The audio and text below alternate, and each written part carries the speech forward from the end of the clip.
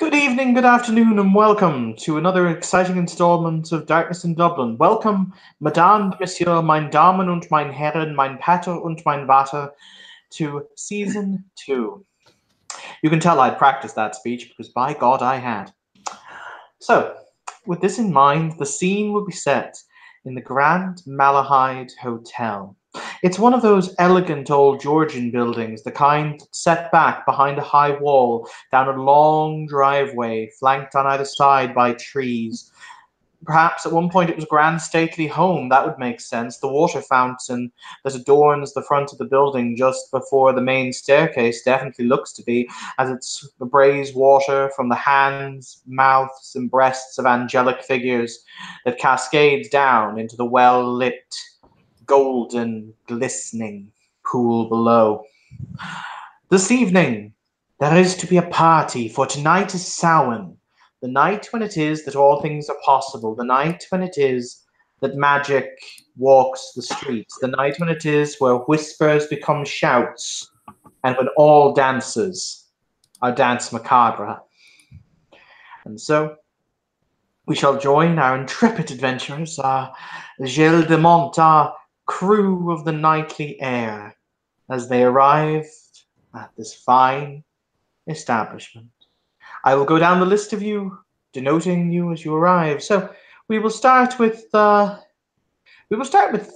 as he is the first on my list, or Theodus, whichever. Yes, Theodus arrives by taxi because he is not particularly wealthy or capable at the art of driving. So yeah, he arrives by taxi, somewhat unceremoniously, dressed up in suitable but unremarkable attire. Really just a simple suit. He gives the taxi driver a healthy tip. He's feeling generous today as he gets out of the vehicle and makes his way over to the entrance, clutching at his walking stick, creeping along with a healthy limp.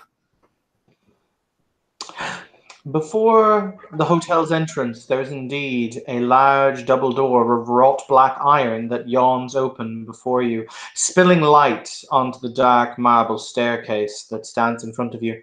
Fortunately for dear Theodus, there's only about 10 steps. Anything more than that, and he tends to start to struggle or indeed look for an elevator.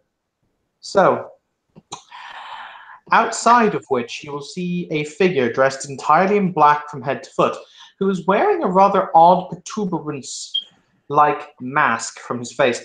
It could almost be described as akin to a plague doctor's mask, though in place of leather with gaunt, leering eyes of black, it is in fact made of silver, and the contacts over its eyes glint with a purplish hue in the light of the hotel door proper. As you approach, it will politely bow, as it is impossible to tell the gender underneath so much clothing, before it will present you with a silver mask that appears to be made of almost linked silken spiderweb. Awesome, man. Gross. Yeah, Theodus will take the mask and just say, "Oh, thank you, and good evening." The figure will bow very deeply. He will extend his hand towards the grand staircase. However, he will then look Theodus up and down, and he will then point towards the elevator. Yeah, Theodus kind of peers down the stairs with like these suspect eyes, and when he sees the other figure point towards the lift, he'll just say, "Thank you very much." It will then hold up 5 fingers.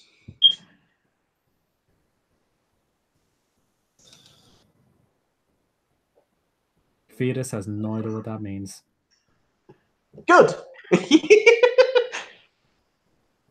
He'll just hold up his hand as if like, bye. Excellent. Theodus, you will see the lobby. Now, bear in mind, this is a very popular upmarket hotel. However, this evening, the lobby is entirely unmanned, and there don't appear to be any guests crisscrossing the halls. Oh, well, Theodus will consider this to be remarkably convenient and nothing about this to be suspect in any way. Do you indeed get to the elevator? Do you indeed go to the elevator as you have been prompted? Yeah, he'll head to the lift. He will call it. The lift, a couple of moments later, will ping as the doors slide open. As you walk inside, you will see that 5, denoted the 5th floor, contains the ballroom. Oh, excellent. He'll press the button. It would have been hilarious if he got lost, but alas. All right, so the next on my list of people to arrive, we have our new our new face in the form of Master Julian. Julian's probably going to arrive by car, something relatively inexpensive. Resources 3,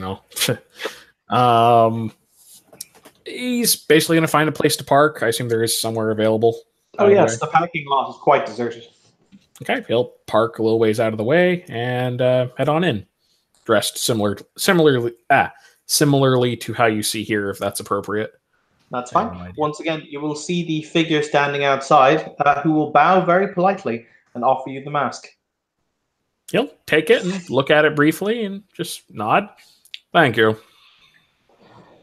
It will then once again bow and stand up straight before it will also raise its hand and put up 5 fingers and point towards the stairs. He'll start walking and presumably go up 5 flights of stairs, or... Yep. You can also take the lift. However, you're not handy capable.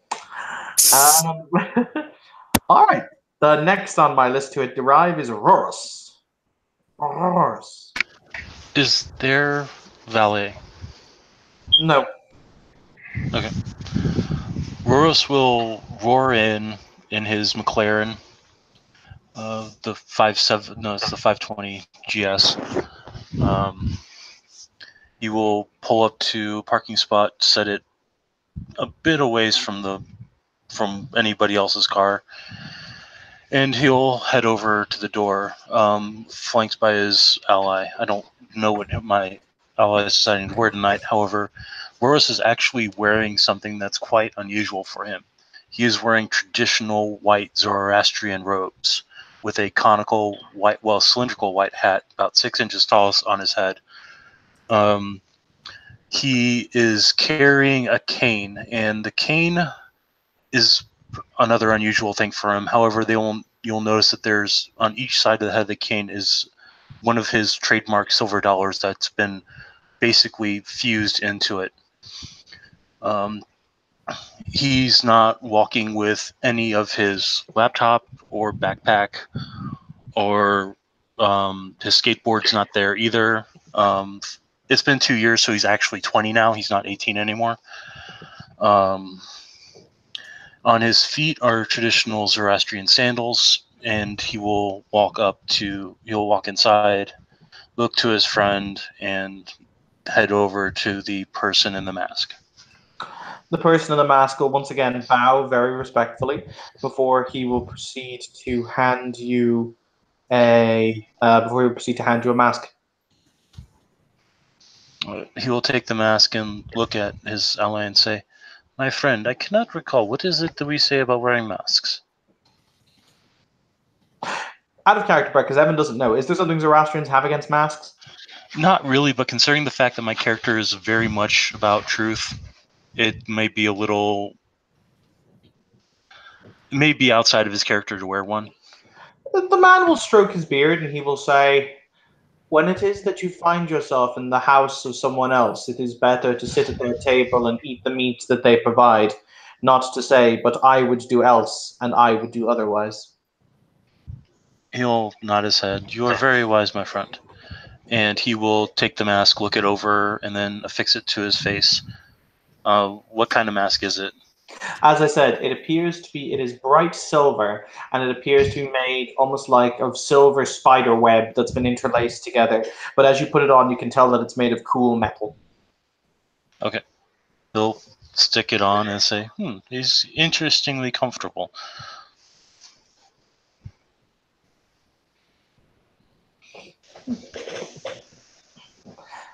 So he actually will take off his... Sorry. Takes off hat, put mask on, puts hat back on.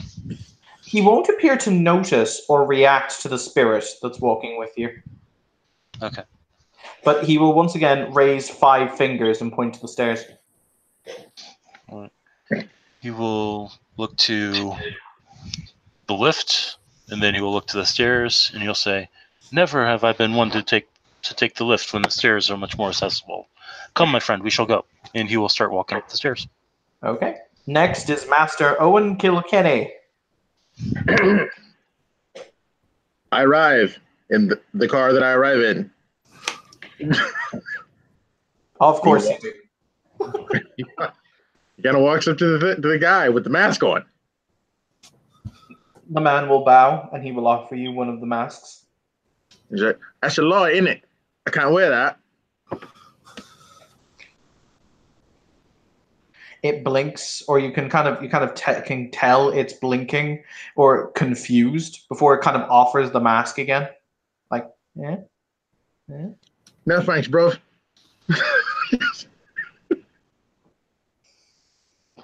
It will put the mask down in the little box of masks. Then it will point towards the stairs and once again raise the 5 fingers. What's that all about then? With 5 fingers then? What's that mean? It cocks its head to the side. It then does the only thing it can do, which is it does the little walking symbol with its fingers, you know, walk, walk, walk, and it looks like it's walking upstairs. And then he holds up the 5 fingers again.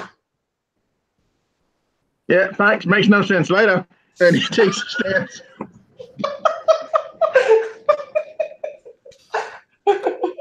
That made everything better. Thank you. All right. And last but not least of the PC group, we have Mr. Gallo.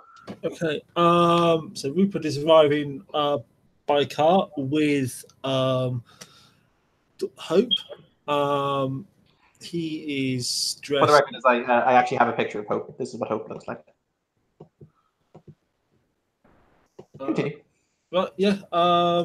He's dressed in something not so dissimilar to what the picture shows, actually. Which is actually doing period for the house. He is carrying the standard issue cane that all hermetics seem to end up with. It's mostly because they contain swords. Don't ask.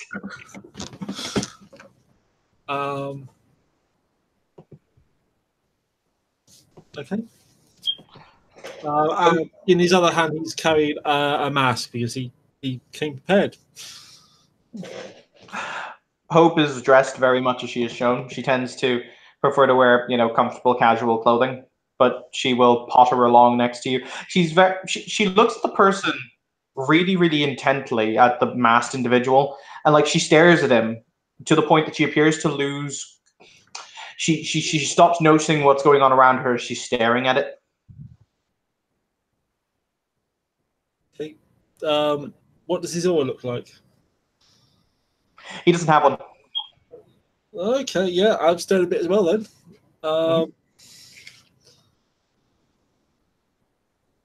I will present my invitation. It will look down at the fact you already have a mask, but then it will reach into the box and present Hope a mask. She will kind of look to you as if eh? Nod. She will then take the mask. She kind of turns it over in her hands and she says, "Oh, I see. Interesting. Why?" She just kind of looks at the person or the entity in the mask and says, "Why?" At which point it literally just shrugs. She's like, "Oh, I see." It is a custom on parties like this to wear masks. It adds a lure and mystery and an easy alibi. Oh. So you're saying that people try not to be themselves? Some people do try such things. Or some people perhaps feel more free to act more like themselves than they would. We always wear masks. So you're saying that they desire to be themselves sans the consequences of them being themselves? Something like that, yes. Oh, I see. Interesting. She will then put on the mask. The figure will once again reach out its hand and extend 5 fingers. Okay, I'll nod, thank you, and we'll make our way inside. Okay. We'll don his mask. It's a lion. All right, guys. As you advance up the stairs, you will eventually come upon a grand set of double doors that are once again open. Light and music spill forth from this room and bathe you in them. Beg your pardon? The light itself is vaguely tinted blue, and it seems to stain all else around it in the same hue, that same almost opalescent tone. And I actually have a one moment. If you guys would like, this is the music that is playing in the room. As you see dozens of figures doing a beautiful waltz across the floor, dressed in many fine gowns, in many fine suits, all the buttons that flash, even in this pale illumination. They all dance so beautifully, almost as if this was a set piece, almost as if the world was watching. But they dance.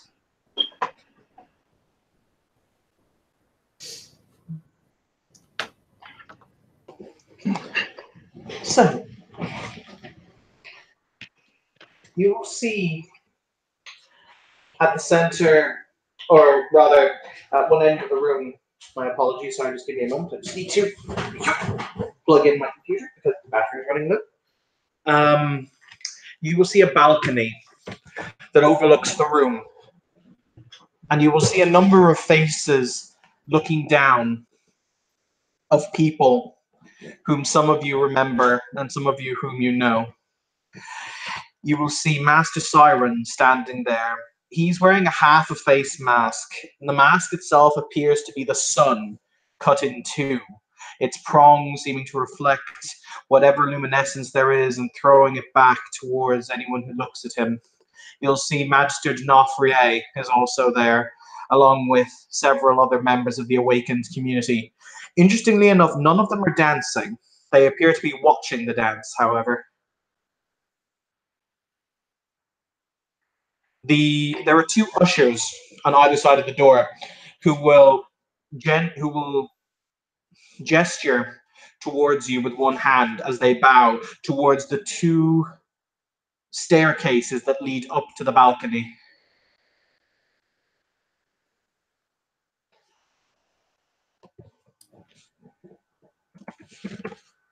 Ooh, well, Theodus knows where he's going. Up some stairs. This may take a while. His ultimate enemy. Urus will be heading towards the stairs. Go see Temple of Nightshade and Denofrier.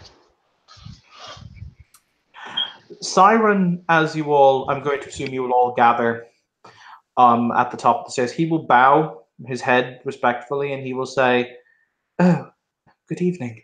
So pleased you could all make it.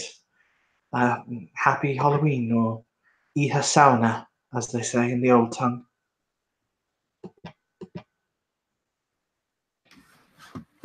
Oh, yes. Happy Halloween. He'll smile and he will say, "There is food and drink if you desire it, though I will give one piece of advice." He looks down at the dance floor. "Only dance if you're sure that you wish to do so. And please allow your partner to pick themselves."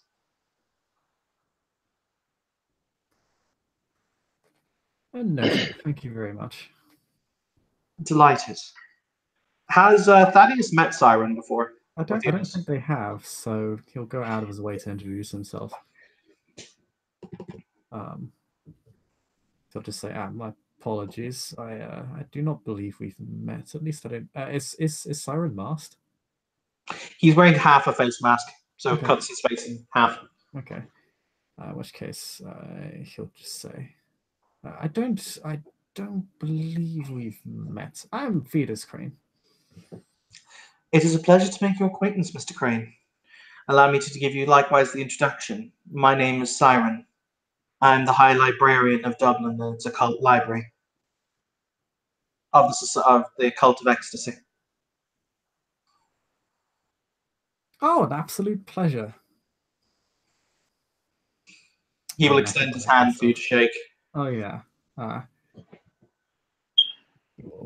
He will shake. I am apprentice to what is D'Onofrie's title now?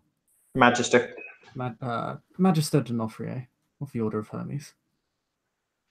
Ah, indeed. I believe the Magister has mentioned you. Only good things I can imagine. His expression, his good thing, his mask hides his expression. You should come to our library at some point. I think that you would find yourself right at home there. I think I would. I appreciate the offer. Thank you very much. You're more than welcome. What were you going to say, Brett? Roros was going to look over at D'Onofrie and say, Magister, that is a promotion, yes? D'Onofrie is leaning slightly against the wall. You can see her eyes are fixed on the dance. And Rupert can see her aura, can't he?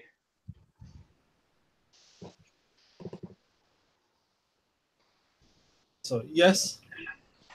She is quite agitated. Okay. D'Onofrie will look up at Roris and she'll say, yes, unfortunately, they needed me to organize this shitstorm, so they decided to boot me up more flights of stairs than I was perfectly comfortable with, but c'est la vie, I suppose. Well, if anybody can handle that, it is definitely you. And then he'll look over to Siren and say, it is good to see you again. I have not seen you much since the night that we talked to your mother. Ah, yes. My mother is somewhat problematic, he'll say with a slight smile. He looks for those of you who've known Siren for a period of time, he's incredibly pale and incredibly thin.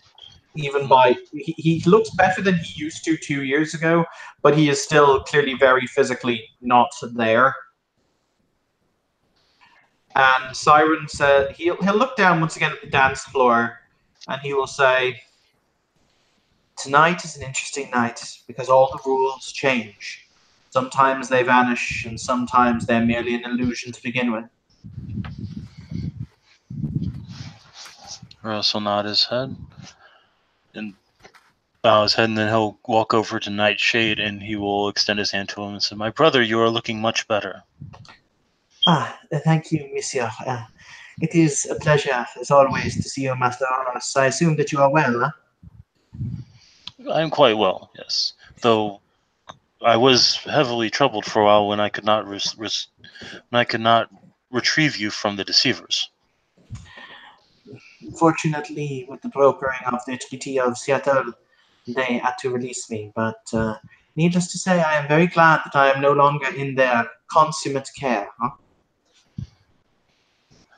I can agree with that and wholeheartedly, and I'm working on ways to make sure that if I ever lose you again, I can find you.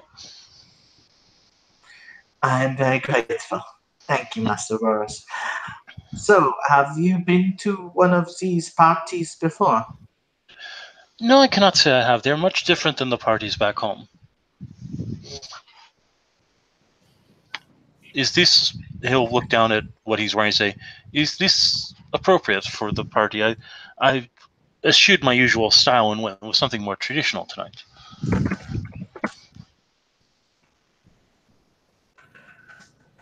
He'll look you up and down before he'll say, I think that it is more a matter of come as you would like and present yourself as you would be seen. Yeah. He'll look over at his friend and say, see, I told you. And then he'll look back to Nightshade, bow his head, and then he'll walk over to Templehoff and say, Lady Templehoff, I hope you're doing well this evening. Templehoff is kind of leaning. She's sitting in a chair, actually. She has a glass. She has a glass in her hand that she's just swirling around, and she'll say, "I am what I, in a manner of speaking, I suppose." I'm fine. Thank you for asking, Master Rorus. Oh, nod his head. Are you missing your sister? I was surprised I did not see her here tonight. Oh no, everything's fine. Thank you for asking, though. Oh, nod his head. If you do need anything, of course, you do know how to reach me. Absolutely. It is a pleasure to see you again. And to see you again. And he will bow, of course, and then he will turn to... Doesn't see anybody else that he recognizes, and he will head back down to the main ballroom. Okay. I don't know about you lot, but I want to go kick one of those dancing things over and see what's going on about that. I do.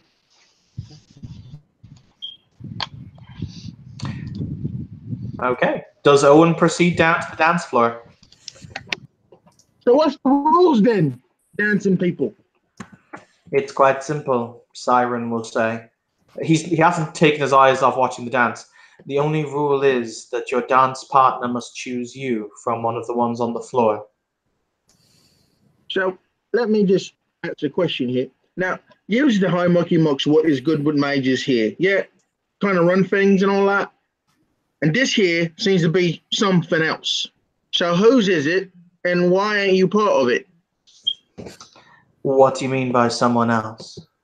Someone, something, you know, it's always something else, you know. He'll just, contemplate from... Nice. I'll let him contemplate. My bad.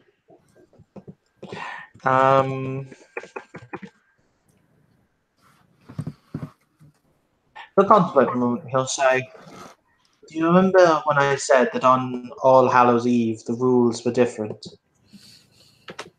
Some rules is, yeah. This is one of them. Tonight, the walls between the here and the hereafter bleed. So they not living then. He will shake his head.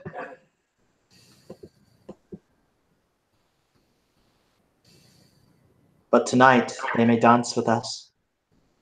Well, let's see what Raven's chosen pulls up on the dance floor. Let's do it. He stands on the edge of the steps. He goes, I'm open. Dance call's empty.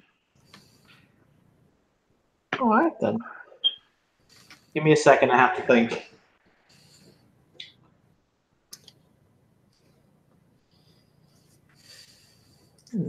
Beatus will head on over to D'Onofrio while that's happening. Who else is over with D'Onofrio? D'Onofrio is with Siren and a handful of other magi who you don't know. Okay. Um, Sorry, I meant PCs. One moment, sorry, just let me do something and I'll be good. A slender feminine figure will walk forward and will bow to you respectfully and will extend her hand for you to take, Marcus. Let's do it. All right, then. The two of you will step onto the dance floor, at which point all of the other figures around you vanish. And it is as if you are the only two who dance on the floor itself. You don't see anyone standing on the balcony. You only hear the music play as the two of you wend and twist your way. What was I going to say? And yes, Heather. I will activate a Heather. Oh, hello. But yes, as I said, in your arms at the moment, as you wend and twist around the dance floor, you have Mr. Kinrowan. Kilkenny. Kilkenny, my apologies. I'm bad at life.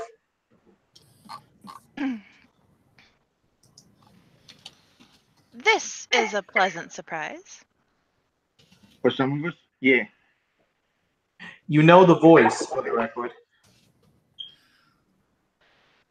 Isn't you shuffled off and all that? Yes, but so has everyone here. Oh. At least everyone on the dance floor. Well, I only came out here because last time I danced at a magical dance floor under the crochet. I'm afraid I couldn't teach you that, though if you would like, I do have an excellent recipe for noodles. Well, if it's noodles we're talking, tell me away.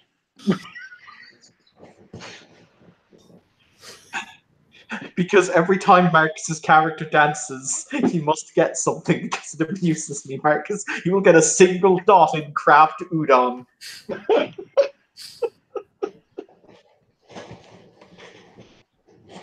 That is all. So it's umami then. Yeah, that's it. Yeah, umami. Yeah. Marcus just walks over to D'Onofrio and just asks, what am I looking at? D'Onofrio doesn't take her hand from the railing that she's leaning on as she looks down, and she'll say, "Tonight, apprentice, tonight the spirits of the living and the dead coexist together. It's the nature of things. Samhain, that night of the dead, Dies de los Muertos, whatever you want to call it. But it's the time when the veil between our world and the next becomes translucent, becomes ephemera, and one can slip through to the other. So Siren summons those whom have words to speak or need to be told truths, and so it is, here they dance until the dawn's light banishes them away." Hmm. Yes, that's what puzzled me. I'd been told that it was some sort of bleed over to some effect, but I was somewhat... He chooses his word carefully, because obviously he's not exactly half in the pecking order. Curious as to the nature of the event's organization. I mean, a bunch of ghosts all coming together to dance for us or with us seems curious. Sometimes people possess things that they need to hear. Other times they possess things that they need to tell.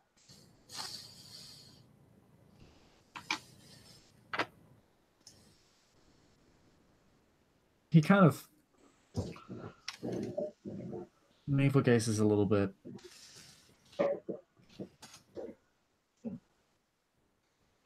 I emphasize this. Oh, sorry, continue. And the librarian Siren summons those with those specific needs? And to be more precise, he uses the powers of fate in order to determine who should be here, and then when the veil is weak, he simply summons them through. Ah, clever. I'll emphasize this, apprentice. This is not my strong suit. It's understandable. Everybody has their specializations. I'm certainly not one to speak. I don't exactly have a strong suit right now, other than falling over. But hey ho.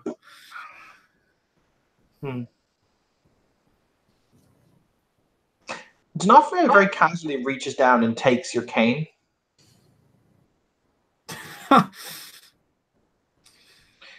You haven't noticed, have you? She just casually takes his cane. He'll probably reflexively lean towards the railing and lean on that. As you move, you find the fact that the normal pain and stiffness in your leg isn't there.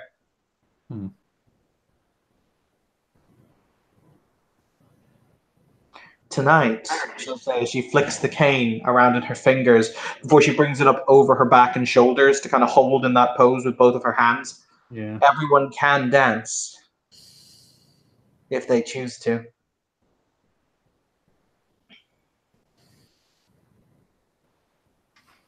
He actually seriously considers this because it's never been a thought that's really... He's not really considered living without his condition, or rather he's considered... He's never considered the opportunity coming before he would have taken it into his own hands. So it kind of, all of this kind of catches him by surprise. And he does just kind of to himself. And there is a sort of D'Onofrio, probably having known him for a few years at this point, probably understands him to be somewhat, well, definitely genuinely surprised. He's almost always more curious than surprised. This has actually surprised him, like completely caught him off guard. He actually seems completely stunted, almost like when he was when he awakened, and also somewhat elated because it's like he's having trouble processing the idea of actually being able to walk normally like a regular person. So he kind of winds up trapped in thought over it, not really able to respond in a meaningful way, at least for a good few seconds. When dawn comes, it'll vanish.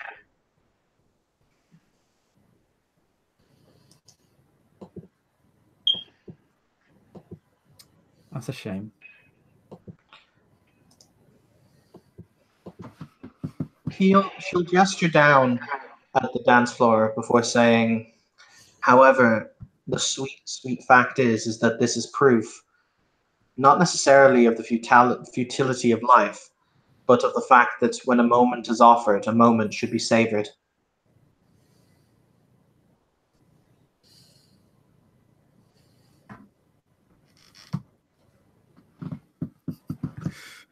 Then my apologies as I cut this conversation short.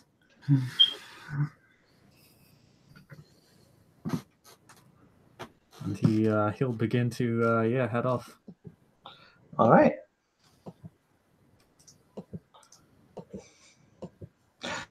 So, as you stand next to the dance floor, another female figure will walk up and bow before she will offer you her hand.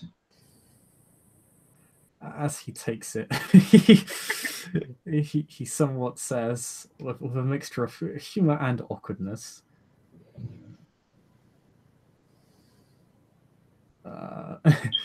apologies in advance, clumsy feet. The masked figure blinks twice before simply bowing again and offering their hand once more. Yeah, he'll just take it. All right. He kind of Once again, himself, your funeral. The room itself will melt around you before it is that you twist and turn and weave. But at this point, we're going to go back over to Marcus and Jewel or Yuki as they dance.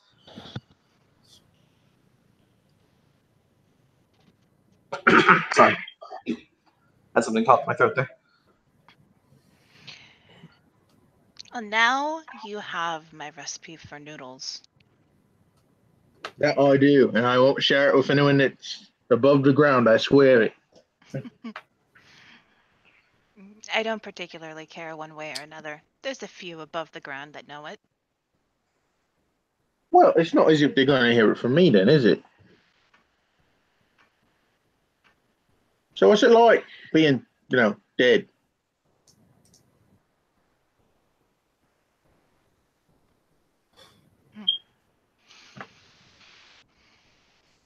Strange.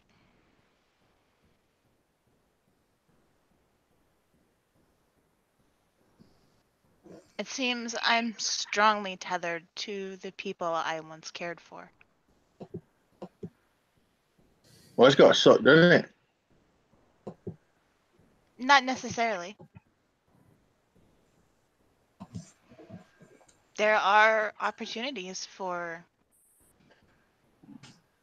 them to contact me. For me to say the things that I need to say. It's kind of like being at, at Her Majesty's pleasure and no one giving you a phone call or a visit, isn't it?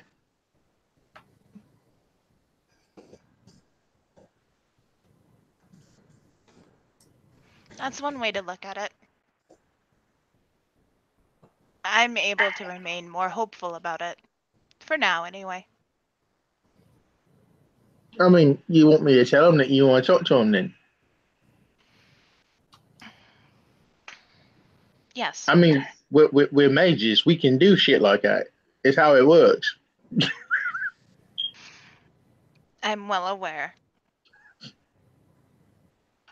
Not that I would dabble in such a... Yes, I would. Lies do not become you, Owen. That's because I can't lie.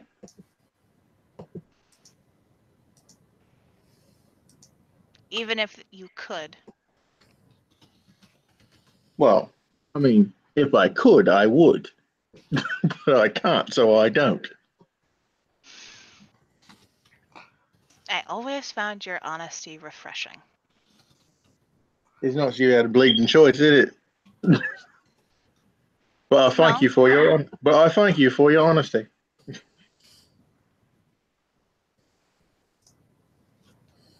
I wish I could have been as honest with you as you are about a lot of things. Well, I'm only as honest as I am because of circumstances.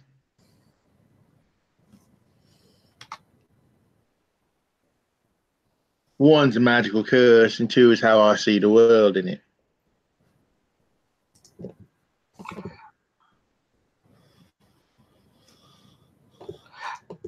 By the way, okay. What will happen as you two dance is,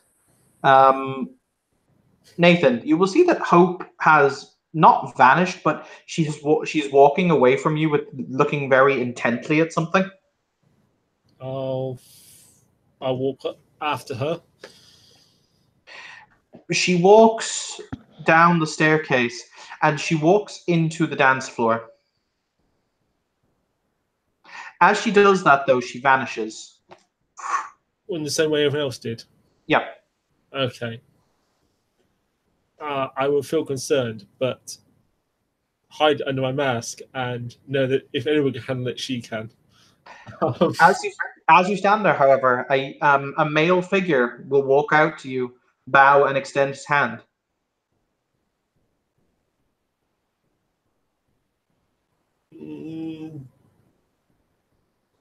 Anything else on the description? It is, once again, they are wearing an entire fully faced silver mask.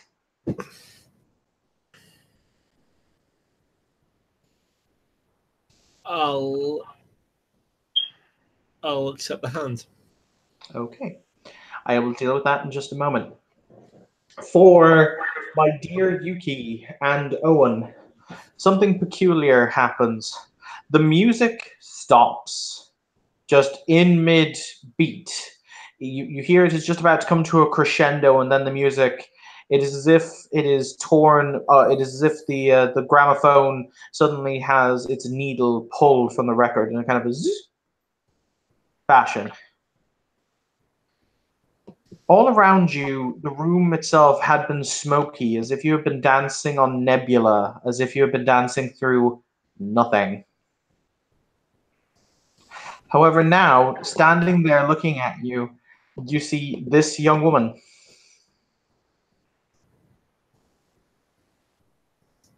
What?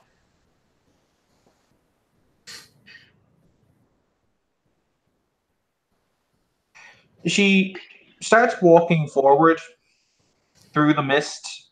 You hear her footsteps click on what you'd assume to be the hard stone floor. And she walks up to Jewel, and she looks at you. What color are Jewel's eyes? Hazel. Even though the picture of these eyes are clearly either blue or green, I'm going to say that she has nearly identical eyes.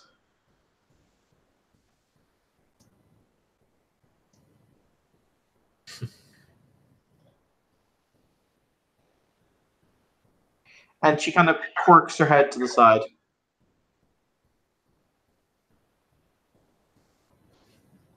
What are you on about? I beg your pardon?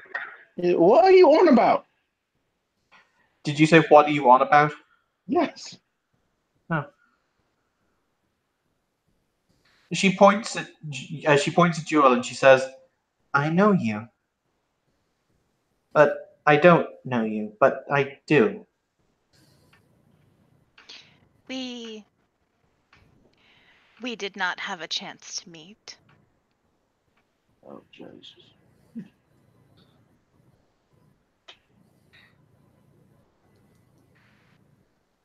Would you care She- to dance?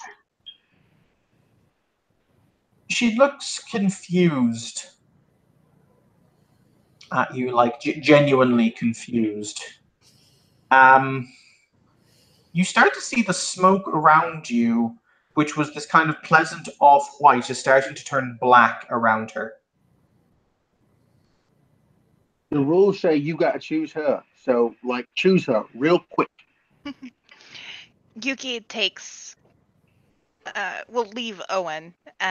Take Hope's hands and begin to dance with her. Okay. Owen, you find yourself on one side of the. You find yourself on one side of the dance floor. I'm going to deal with other people first, so I'm going to pause that, but I'm going to deal with other people first. So, okay, Thaddeus. How's it going? Or Theodos, rather. I will get it right eventually. One of these days, shakes fist. Shush you. You couldn't pronounce my fucking Setite character's name for like 2 months. It's fine. I got it right. He says that with love and frustration, but also love. So, you are dancing with a woman who will. She looks at you with very sad blue eyes. And she says, "So, you're another new Hermetic, yeah?"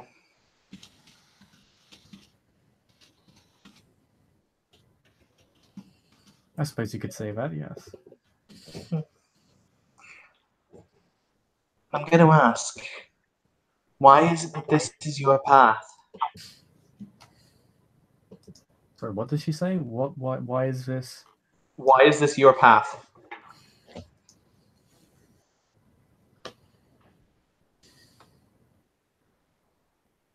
Still finding that one out myself.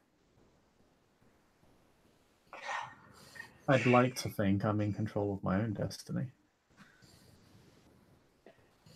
Some people say that we're just the playthings of fate. Do you believe that?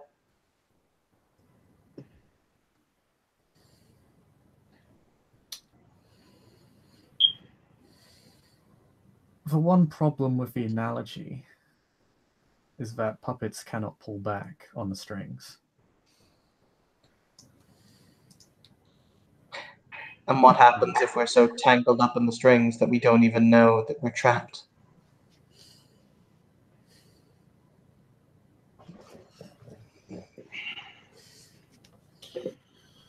Well, then we might want to untangle.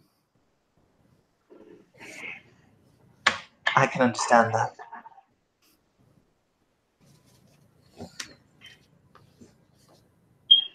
In many ways, I think that I was trapped. It's funny when it no longer matters, or when you think it no longer matters, when the gray veil of this world is ripped away and there's nothing left but time. Does anything truly matter?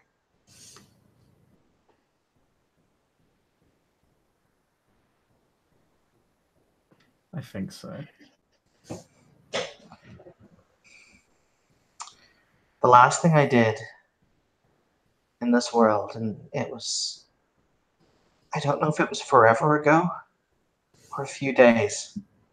As I said, time's kind of funny. The last thing I did was kill a good man. Simply because, well, he came to the wrong place at the wrong time. Blew his brains clean out. One shot. He didn't deserve to die like that.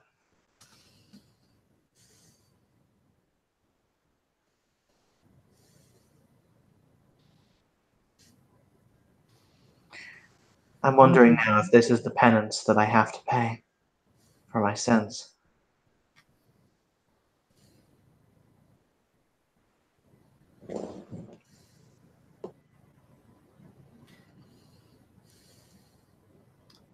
I suppose that depends. And you want to find out? How interested are you in staying in this world? You know, the Torah teaches that there is no hell, that God is love. But yet here I am. So I guess maybe they were wrong on that. Maybe God is love, but maybe God can only love you for so much or for so long. I don't even know your name. My apologies. Theodos. You can just call me Theo if you wish. It's nice to meet you, Theo. My name is Isabella. Happy to meet you, Isabel. Or Isabella, sorry. It's fine. I'm terrible with names. Don't worry about it. Not a I'm wondering. healthy flaw for a mage, but alas. I'm wondering, could you maybe do me something, a small service that might finally help me rest? Well, the man I killed, the last one, as I said, I killed him simply because he was interfering in a grand plan that I thought would right the wrongs. So many wrongs. I was wrong. But I was blinded by loss, jealousy, suffering. So I was wondering, if I give you his name, would you tell his next of kin that I'm sorry?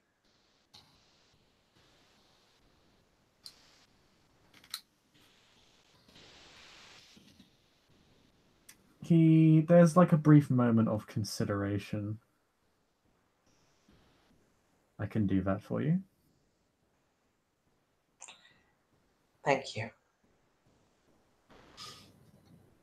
His name was Jackie Kilroan.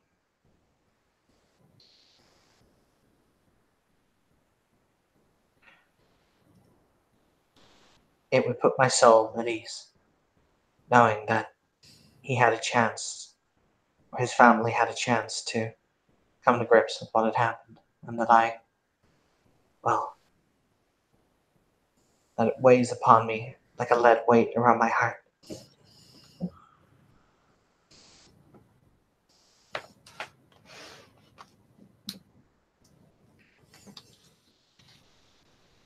I'll make sure they receive the message. Thank you, Theo. I won't forget this.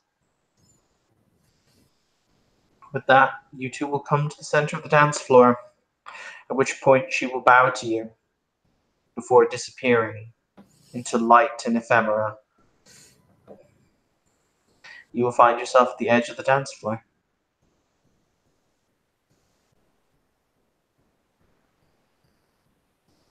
All right. We'll, head back up the stairs. On the side note, Marcus, if you weren't there for that whole bit, I swear to God, I'm going to get a pump-action shotgun.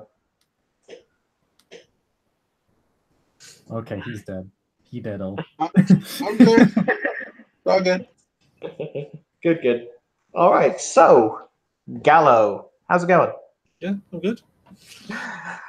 The man, you two don't actually dance as much as you find yourself in a small circle of light amid the swirling darkness or the swirling smoke that surrounds you, at which point he will say, "So, I don't know your face. That clearly means you're one of the apprentices who joined after I left. Pleasure to make your acquaintance." Thank you. I had the honour of being D'Onofrio's apprentice. I have since passed that rank. Ah, you and I have something in common then. She was my apprentice. He takes a moment to do the math on that. An honour to meet you then, grandparents. Smile, and he'll say, "Yes." It's funny, isn't it? When you dedicate your entire life to something, the concept of order, the structure that is, the architect of the universe, all of that. And yet, my apologies, I don't know your name, my boy. What is it? Rupert Gallo. Pleasure to meet you, Mr. Gallo.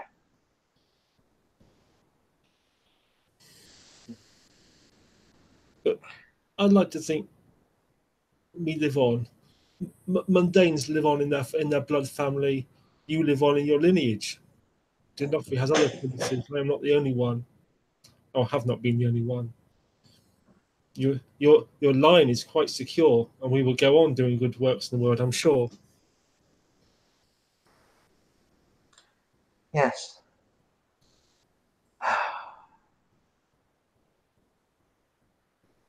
How does it feel, though? This concept.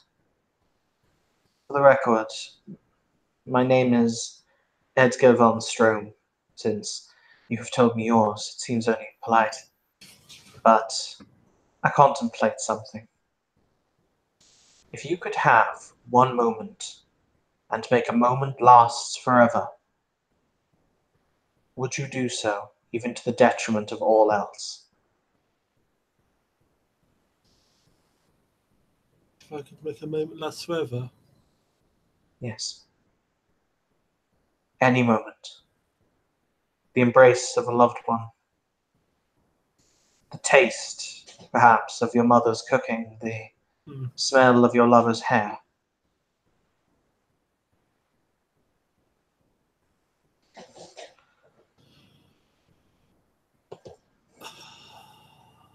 I would like to think I would not. Because to pass through time, to grow old and to eventually to die, that is part of the human condition. We both know the ills that have been brought upon the world by those who have sought to break that limit of the human condition. To wish to dwell in permanent stasis is to deny one's very humanity. And yet, that is exactly what I tried to do. The figure seems to get, if you could sense the emotion from it, it doesn't have an aura in the same way you would understand an aura, but you can definitely feel a palpable sense of its sadness. As I said, I like to think that is the decision I would make. That we cannot be certain until the choice is presented to us for real. We are all men are sinners, all men are fallible. Yes. Yes, indeed. And as I said, you can take pride in that, in the strength of your lineage that lives on. We all carry that with us. I'm sure you have taught Dinoffrey things that she has taught to me. Little quirks, little customs, little ways of speaking or doing or using particular symbols. You live on through us. That is heartening to think.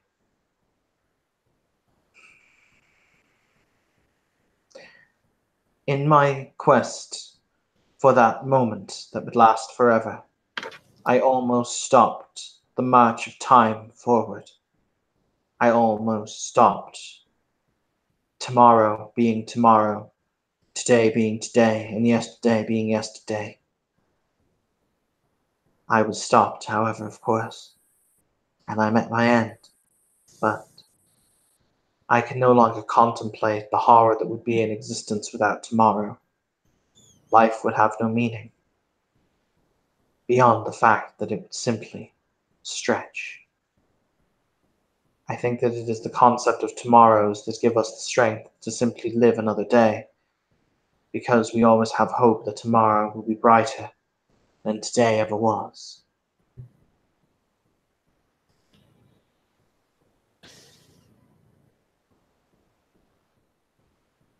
You, I'm sure, had a long life, longer than many in the world. I'm sure you did many good things before that event. But on balance, I'm sure you made a good contribution to the world.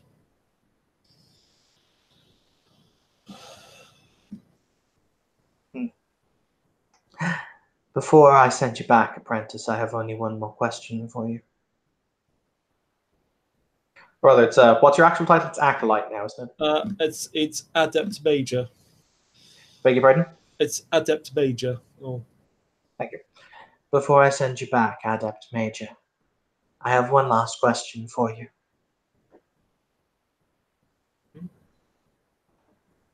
Do you believe that humanity, those people who populate the world and walk unawakened lives, walk their own paths, do you believe that they have value?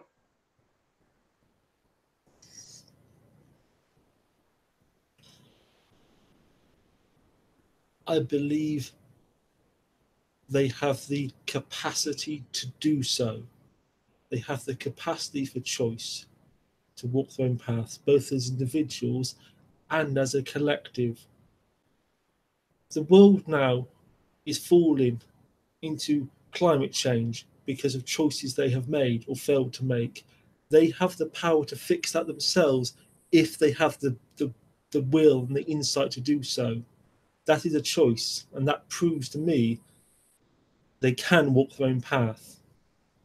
The question whether they would choose the sensible one is another matter, but they have the power to do so at least, and for that reason they have value.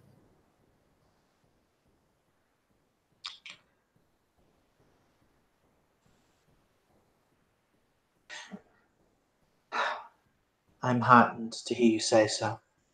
I think that there are many in our order who forget the plight of humanity. They think that because they wield such power that they become greater than they are. Thank you for proving the fact that my own apprentice chose her own well.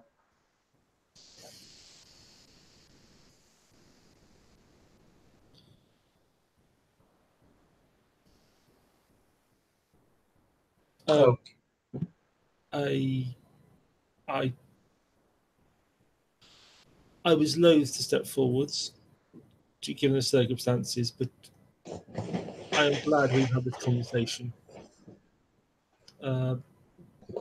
Magister? If in your actions, through the greatness that you will show, and through the greatness of those you will teach, this, as you say, line lives on, then perhaps, in time, the fullness thereof, it'll wash away what follies I had, to the good that is done, if it can erase the bad.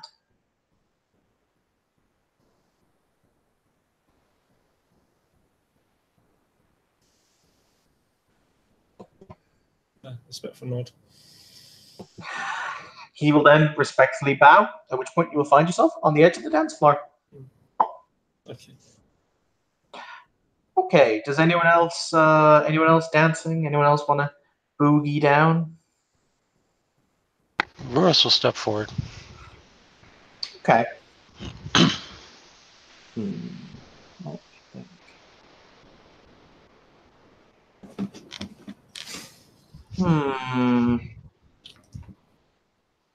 What to use?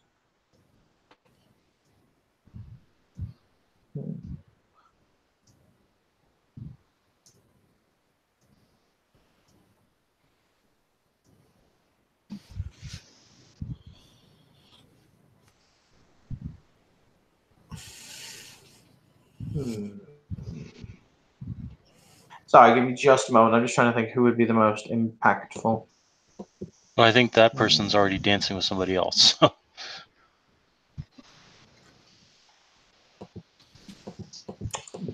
Because I think Jewel was the only person that Ruris actually lost.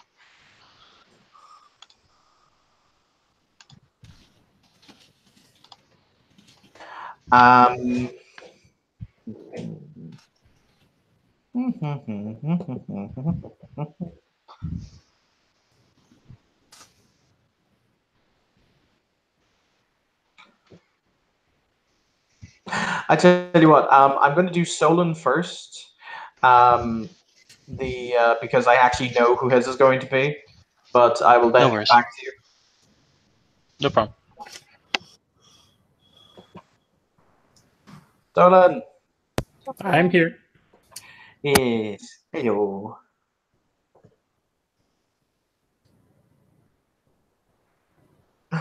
Yep. If you walk towards the dance floor, a figure will approach, bow, and offer his hand. He'll look the figure up and down momentarily. Both of us still have our masks, I assume. So, he'll take the hand. All right. Once again, you will not necessarily have to dance, particularly as it is another male. If you wish to dance, he will dance. If not, you don't have to. You'll find yourself once again in the colonnade of light, surrounded by the smoke. And the figure will look you up and down, and he'll say, "Ah, yes. Thoroughly strapping fellow. I have to admit I approve." He's going to kind of blink a little bit and say, "Thank you." My apologies. Where are my terrible manners? Allow me to introduce myself. He'll extend a hand. Dr. Templehoff, at your service. Charmed. My character doesn't know that name, I assume, right? Would you like to roll Mage Lore? Certainly. Intelligence Mage Lore? Intelligence Mage Lawyer. Because you're with Authority of Ether Mage, it'll be difficulty 4. I can do that. Let's see.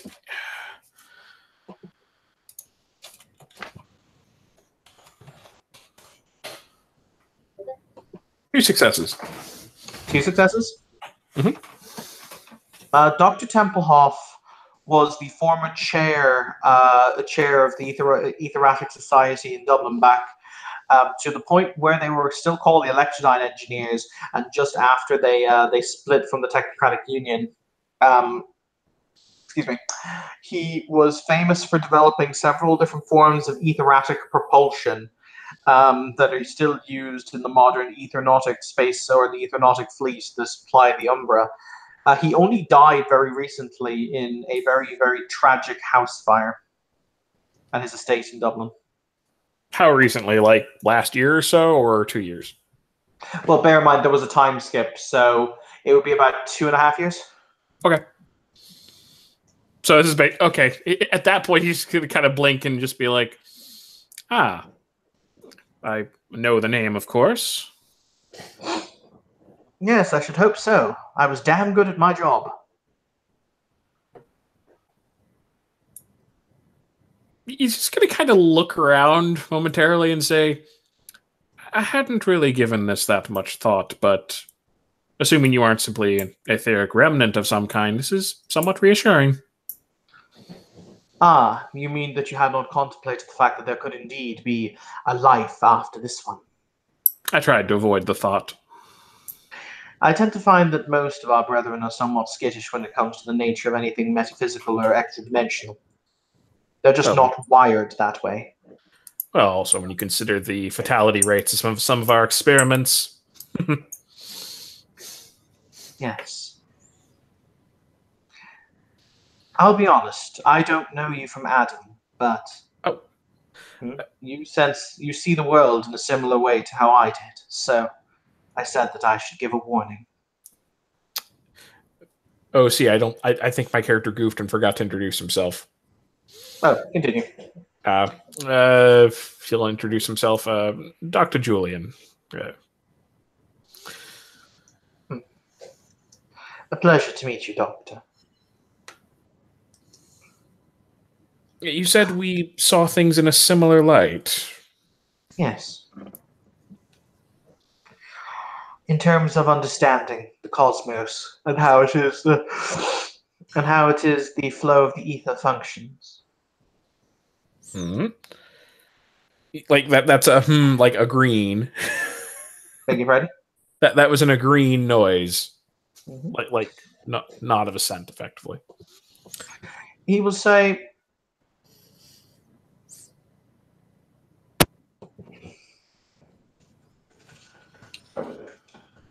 you have to understand that when it comes down to it,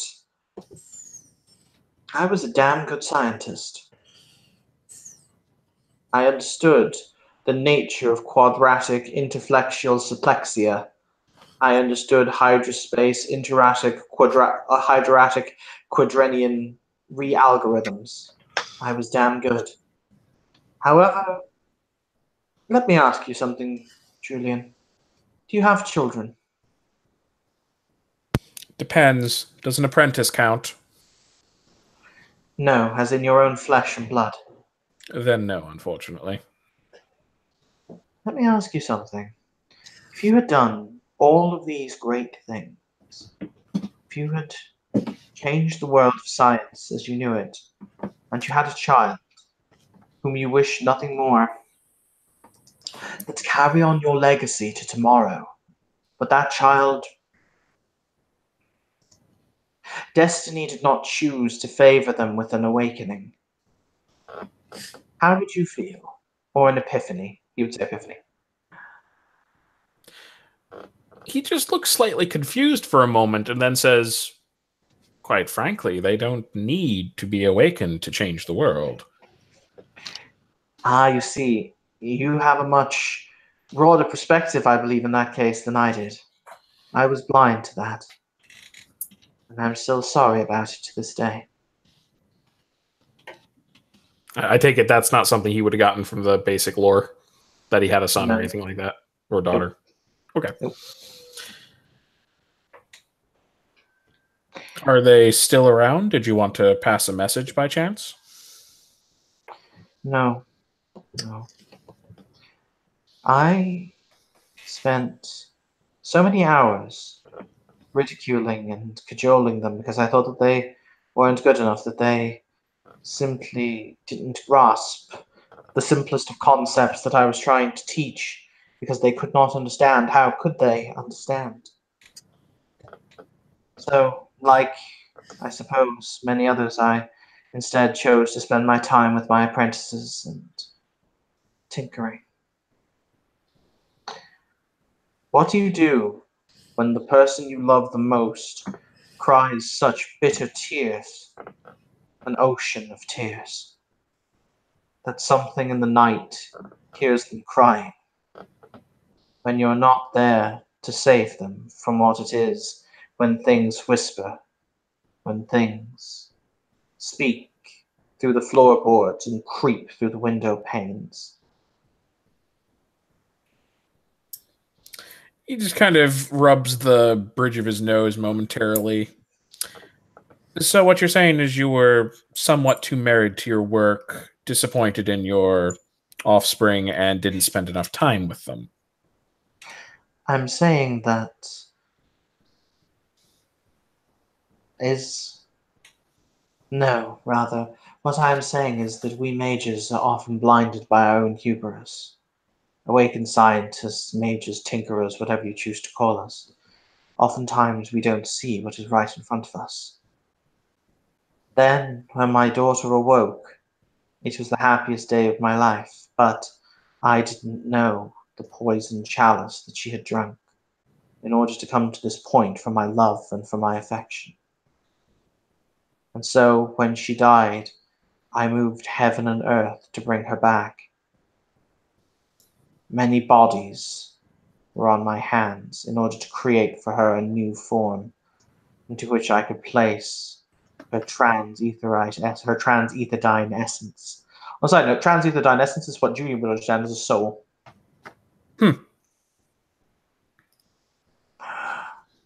And then, when I recreated her, the monster that she became simply ended my life.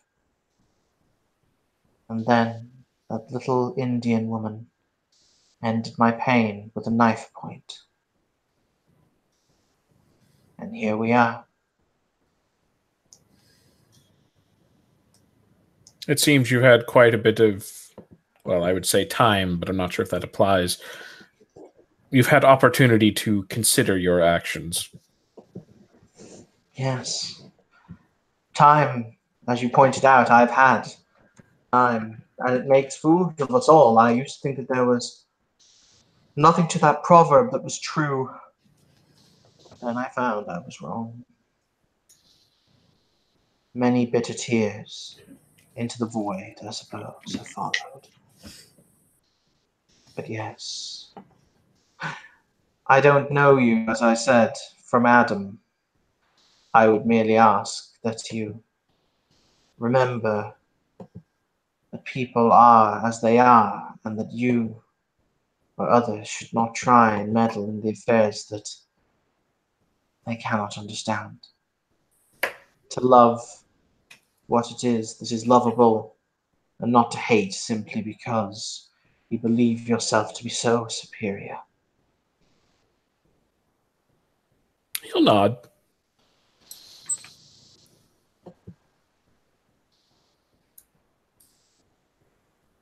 Well, it has been a pleasure to make your acquaintance, Doctor. You as well. Something of an honor. You have my condolences for, well, just about everything you described there. But, well, at least no one could say you didn't accomplish quite a great deal.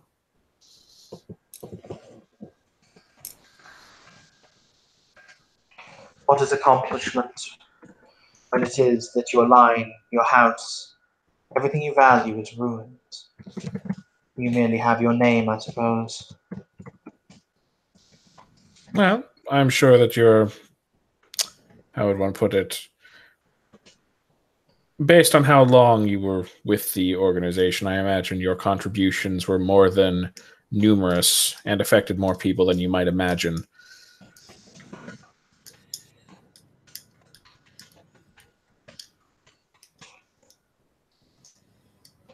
I shall hope. I shall hope. With that, there will be another bow.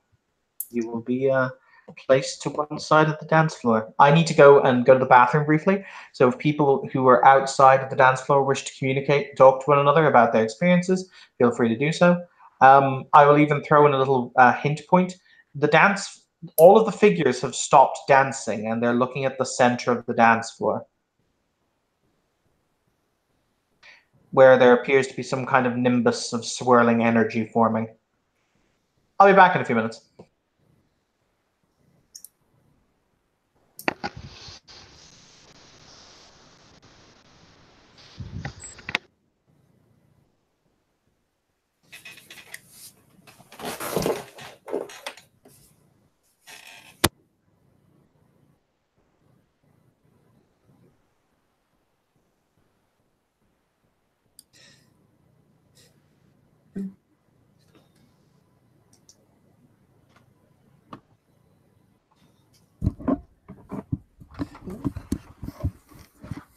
Well, Theodis is walking back up the stairs. Just so there's no dead air, Roris is going to look at this swirling nimbus thing and say, I do not see if this is a good thing or a bad thing.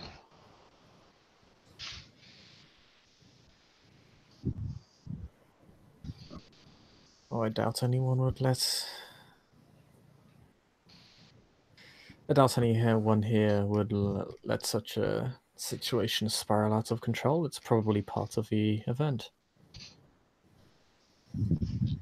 You're new here, aren't you? Yes, Theodis Crane, apprentice to Magister D'Onofrio. Roris Okazari of the Taftani, member of the Disparate Alliance, and I see you're new here because sometimes even in controlled circumstances things do get out of hand.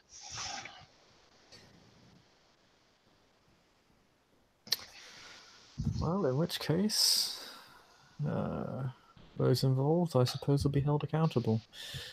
A pleasure to meet you. He'll said.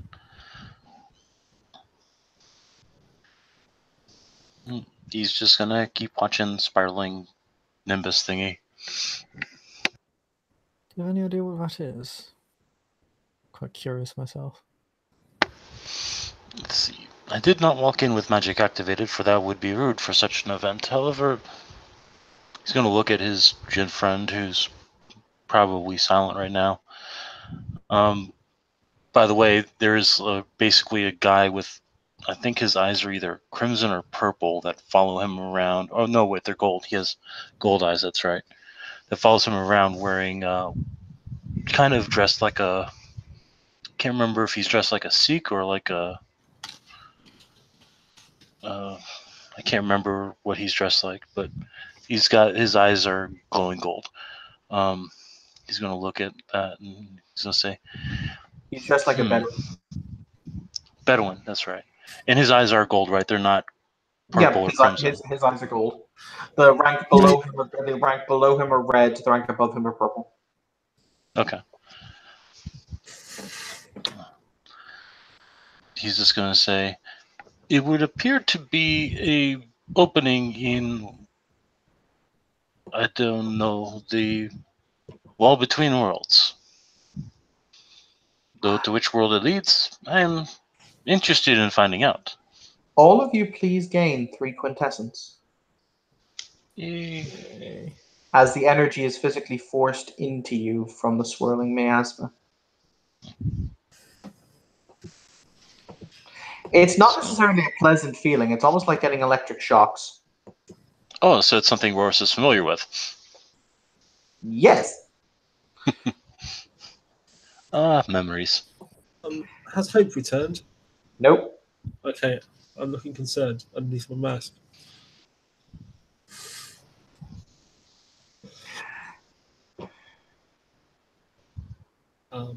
Okay, I'm looking up at Siren and Joffrey. Do they look like, particularly Siren? Does she look at all surprised by what's happening? The Siren's eyes are half closed, and you can see he has his hand extended, and he appears to be mumbling something. Okay. D'Onofrio, for her part, is coming down the stairs at what I will define as D'Onofrio speeds.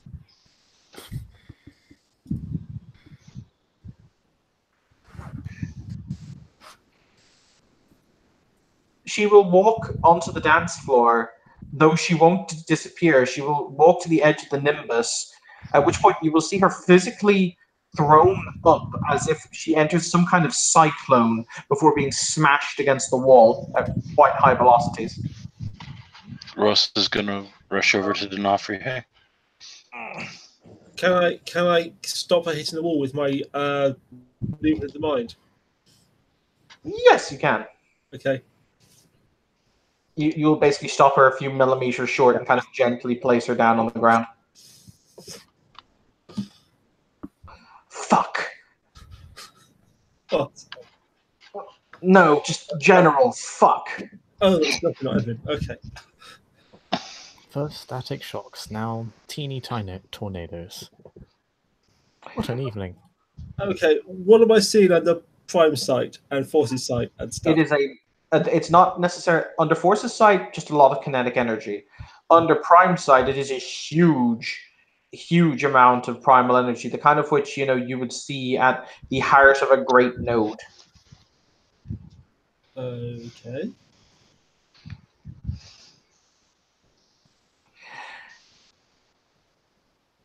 You will then hear a few moments later, as it is the mages from the conclave above file down onto the dance floor. You will then see you will hear a few moments later a loud, piercing scream that shatters all six of the great windows that stand at intersections down the ballroom, splintering them outwards, making them turn to shards of glass almost as thin as needles. If everyone would like to please soak me 3 bashing damage. I'm assuming that's Kinetic Forces shield. I beg your pardon? I'm assuming that's 3 points off my Kinetic Forces shield. Yes. Okay. Ow. That's an Let's see. I only have the potential to. I only have the potential to soak 2, but we'll see. I only have 2 soak because I would not have a kinetic shield up for this particular event. So. Hey, I soak 2.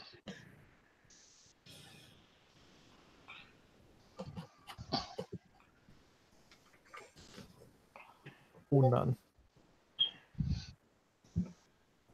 Take 3 damage. Ow. Okay. So, yes, poor Theodus is going to have one hell of a headache. Yeah, I guess it wills their kinetic shield off. But, yes, as I said, you guys will be faced with...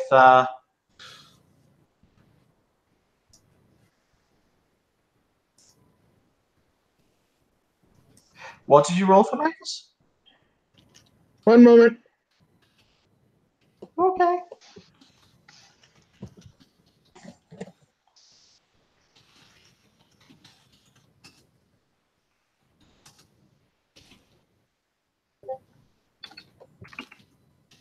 Still got 3. To do what? Soak. Beg your pardon? Soak. All right, cool. So yes, D'Onofrio looks at the swirling vortex, and she says, "What in the name of all that is that?" I don't know, but it ain't happy. Okay. Anyway, can I do some kind of awareness or law type roll to answer that question?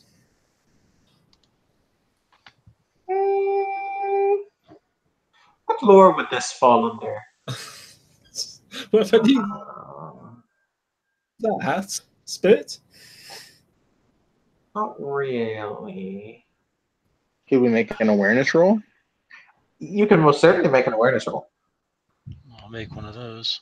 I'm gonna make an awareness Also, roll. Then would this possibly fall under High Umbra lore?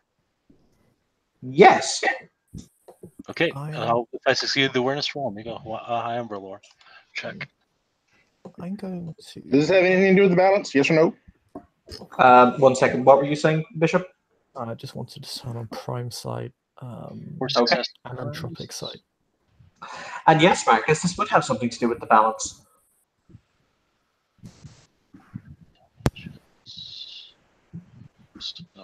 Dice.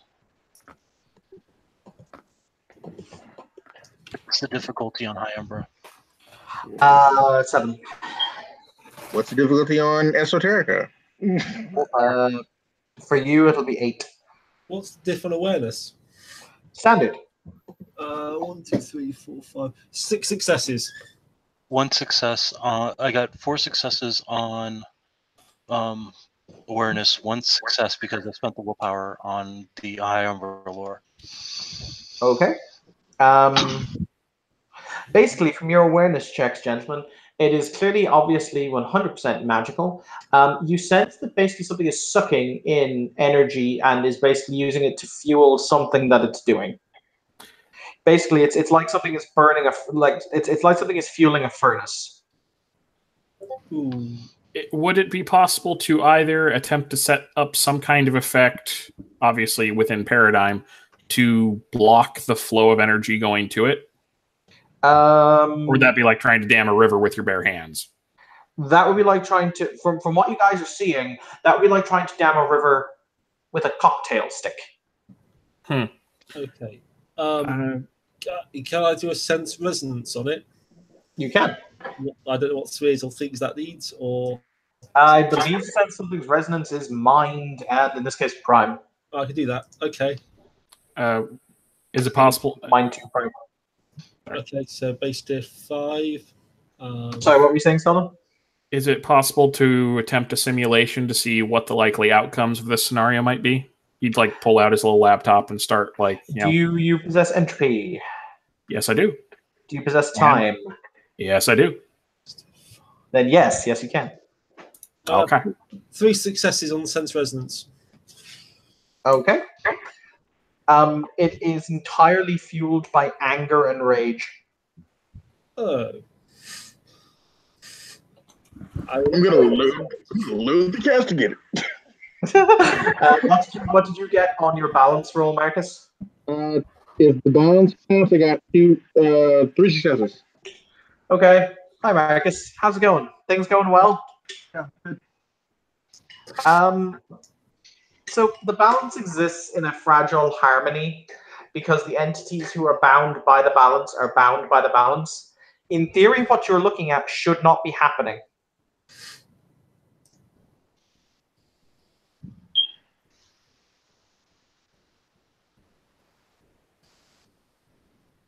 I'm waiting if you have any backup questions. To which side of the balance is this leaning? Upstairs. Can they be, if the rule is quoted aloud, can it be can the action be taken into question?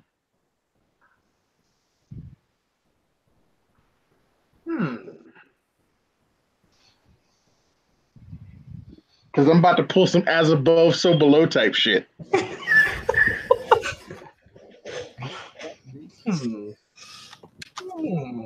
Delicious. That might work. Speaking of possible might work, it would take a total of 2 rounds, but I've got about successes. Yes, I got like a total of 6. That should be enough to find some stuff. I mean, I can. Oh, okay. Is this with your simulation? Yep. He basically just pulls out what looks like a simultaneously high-end and yet somewhat archaic laptop. Just holds it, starts tapping, humming, whirring, glowing. It's all of good shit, basically. Oh yes. All right. Sorry, somebody else asked me something. I was just going to say, Can I get high Umbra? Whoa, hang on, Bishop. with entropic sight, would I be able to sense a flaw in the flow of energy?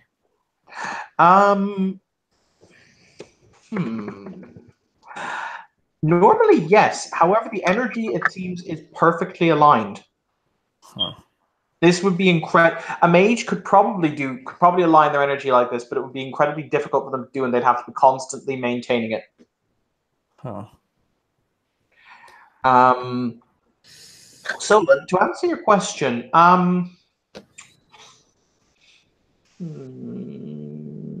your computer will give you a very interesting reading.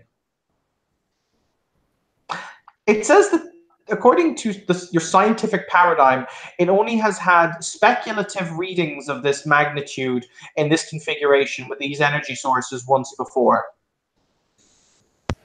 Dare I ask what that occasion was? The Big Bang. Lovely. So the hypothetical simulation results using entropy and time and so on. Error 101, result not found. Because it doesn't know. It can tell you what it feels like, but not where this is going.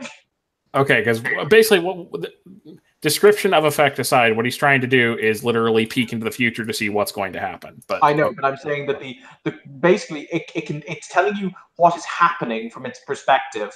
However, it's not exactly sure what's going to happen. It's gone beyond the realms of time. Has essentially become wonky. Can I make an expression roll? Can I please get an answer to my high Umbra lore? Oh, I didn't hear what your high Umbra lore was. Sorry, my apologies. And success. Oh, my apologies. Cool. Your high Umbra lore, that is definitely what you would understand as servants of Azura Mazda doing something. This is fire. This is fire of the divine, kind of the light of the light of the darkness kind of stuff. Does that make sense? Yeah, it means that Rorus is basically not going to do anything. Rorus is a servant of Ahura Mazda. But so yes. So sorry. What were you saying to me, Marcus? Would it be expression and or gamesmanship to express the basically the page number and paragraph that says you can't do this? Expression.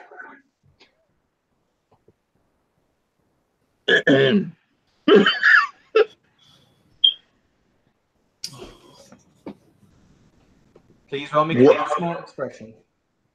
Charisma? Who's got a charisma? You can use manipulation if you'd like.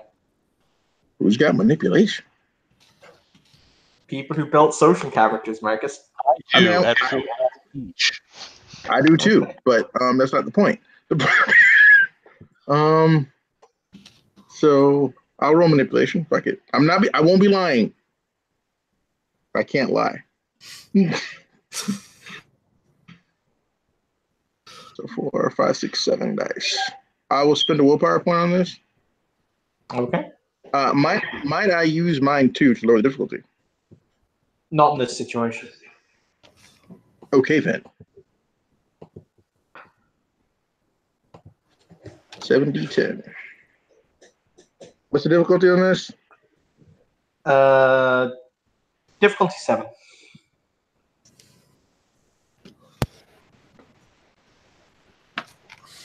Either way, is D'Onofrio still conscious?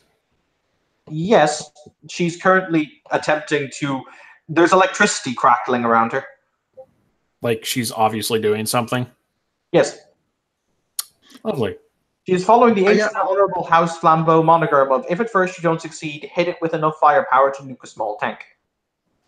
At that, he's just going to, like, without getting in the line of fire, very carefully not doing that, he's going to very hurriedly approach and just say, has he met her before if he's been in town for some while? Probably not. Okay.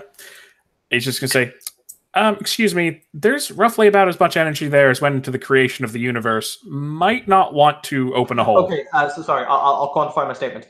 It's the same type of energy, not nearly as much of it. Okay, that's a very big difference since that followed right on the heels of, if you tried to block this, it's a, cocktail stick in a river. It's still a cocktail stick in a river. Does Guile at any point help with this? Beg your pardon? Oh, that's right. We don't use those. My bad. Enter. I got 3 successes. To stand in the middle of the fracas and go, so is everybody going to get a taste or just you lot?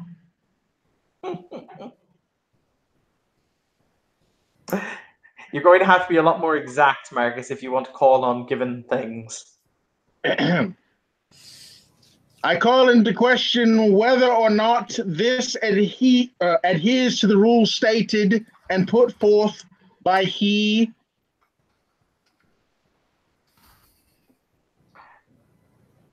All right, then. Hi, guys. How's it going? Okay, I think we might need some time to actually talk in character to each other. Yeah, that's fine. But he just... Yeah, okay. I screamed it really loud. Yeah, but we haven't talked.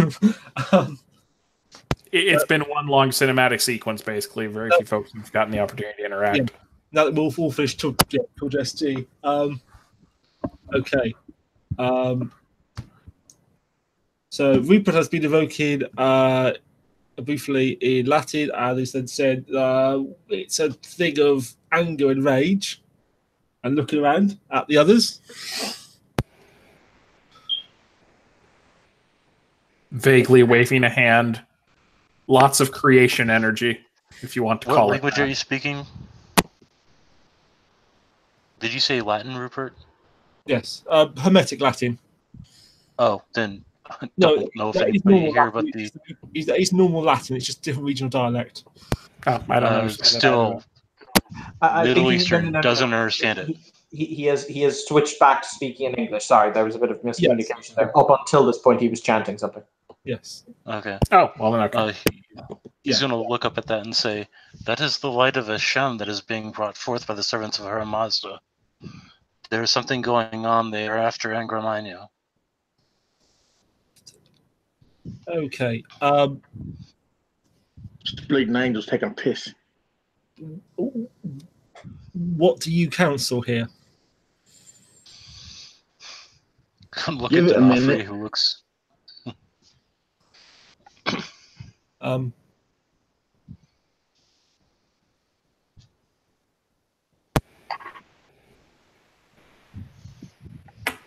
Wait, are you saying there are bloody high etheric spirits here? He's going to look over at you and say, why are you talking like a deceiver?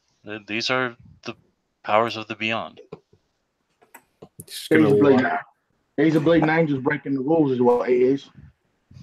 No. You call these things differently depending upon your purview, I suppose.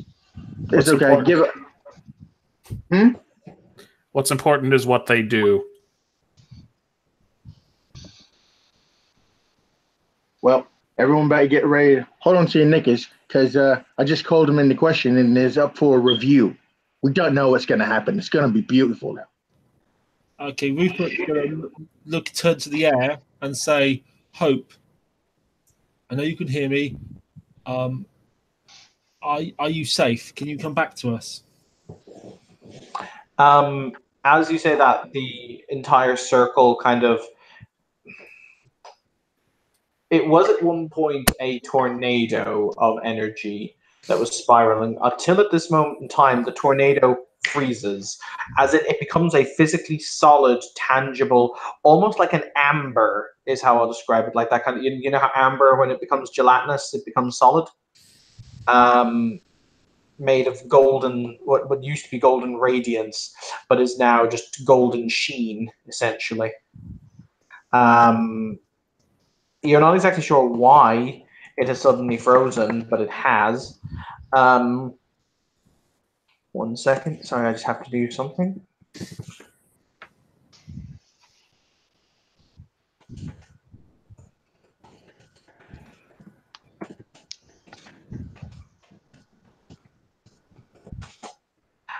But you will see a figure standing at one end of the room. Everything appears to be entirely frozen, as if locked in a moment. Because someone called on very specific entities. Sigh. Beg your pardon? Sigh. Why are you sighing?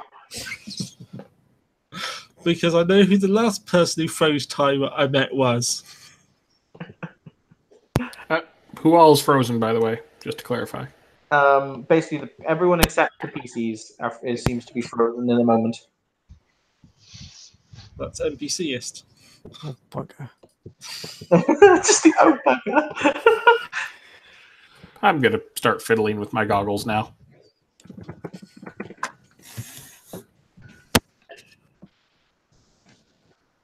A moment.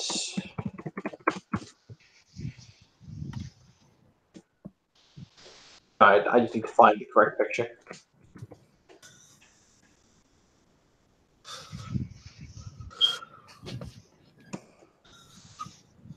Shocking.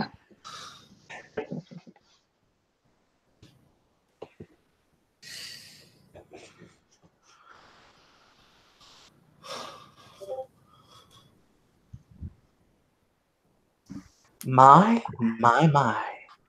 No matter whenever this occurs, why is it that I constantly, and I mean constantly, have to see you gentlemen? I will find the picture that I'm looking for. 1 moment.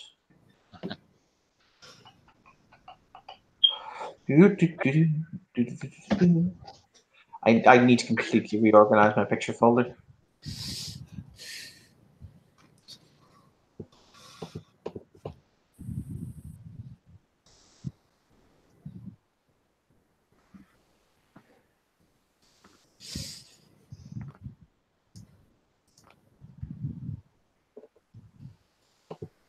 This one will do. There we go.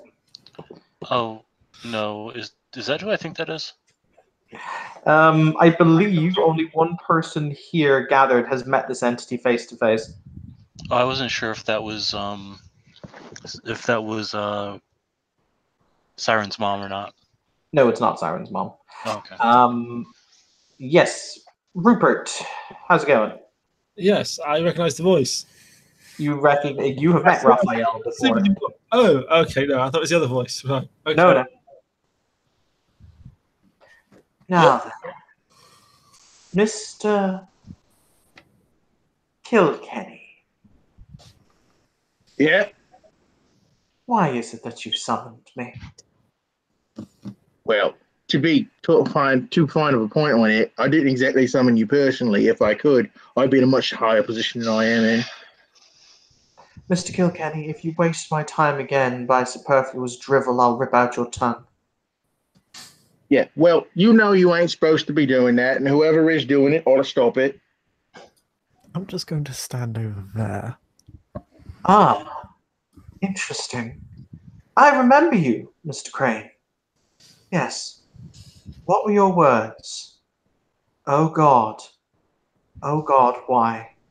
Make the pain stop. It is a pleasure to see you again. When did Crane say that? You have no recollection of this. He looks By at the him way- and then like, what? I'm getting the feeling that this is like, oh look, it's an extremely rare etheric spirit. No, this is a high dimensional being. You should catalog this. Oh, I mean, I assume my computer is anyways, but I'm looking at it through the goggles and probably just committing it to memory. Oh Jesus! It's made of prime. Oh God. Hey, I don't have Prime Sight on, just Spirit Sight. Okay. Oh, I'm entropic. Thanks for reminding me, though. I'll turn that on next. Wait, are you looking at this thing? Are you looking at this thing under entropy sight? Because that one's going to get interesting. The simulation is still trying to run. Interesting. Okay. I scored enough successes on it for the duration. For theaters, this thing doesn't have fate. This thing exudes fate. Oh God, that's bad. Now, Resolute. now then, Mr. Kilkenny, why is it that I'm here? Well, the balance is called into question, see? Because if you're going to reach into all the Big Bang and stuff, it means that everybody gets a taste of the pie. Now, is everybody invited to this party, or just you lot? But you see, Mr. Kilkenny, this has nothing to do with us. Well, you might want to take a different look then, son. Are you insinuating that I don't know what I'm talking about, Mr. Kilkenny? Would I ever say Melissa's such going to thing to take you? steps away.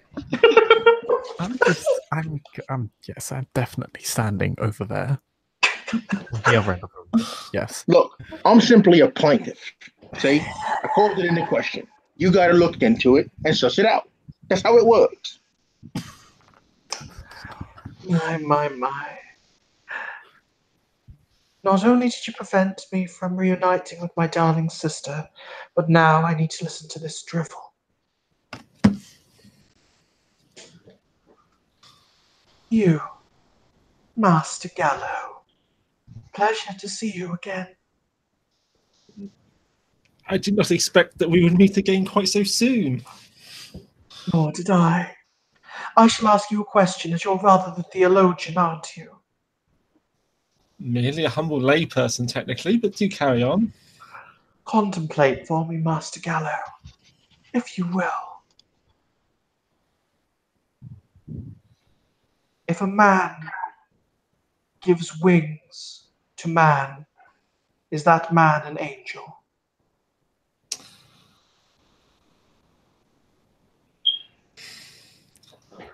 I believe we have a story about the man who tried to make his son wings, but didn't end well. No. He will point at the swirling nimbus of energy, and he will say, and that is what happens when, what is the phrase? You magi play God. I didn't do it. But Magi is part of the balancing, isn't it? He will say, for the record, he said, and that is what happens when you magi play God. He will contemplate for a moment, and he will say, so, you wish to petition me that this entity that you have named Hope should be included in the efferecies of the balance. Now, what I'm saying is you're going to have to make a call. Because if the entity, which we are referring to by some sort of name so that we can contemplate it, i.e., Hope, continues to exist, the abilities and such therein involved in such creation are going to cause predicaments like this. and be used by outside forces to negate and or influence how the balance has been set. You have an immense gift, Mr. Kilkenny. And not since the fall have I been this bored by the prattling of mortals.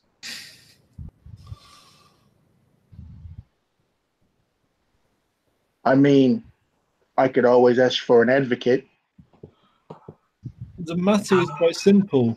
She has demonstrated free will. She has a human soul. She may have some other things as well, but she has a human soul, thus she is human. Gifted as she is, her abilities don't extend from the divine, and as such, she's under their purview, innit? So Why? is that her again? All things emanate. Hang on. Whoa. Bishop, you were talking. Oh, Continue talking. You can ignore the apprentice if you want, but he does ask if that giant nimbus of energy is actually her. That is her attempting to recreate life, yes. Oh, that's... Where is she now? Within the Nimbus. Or rather, she is in all places at once. She has crossed over between the realms and is in them all. Oh, Much in the same way I am. Julian's going to raise his hand because he's not going to try and interrupt an angel. It seems like sound life advice. Yes, he will say, yes. You in the back there with the laptop.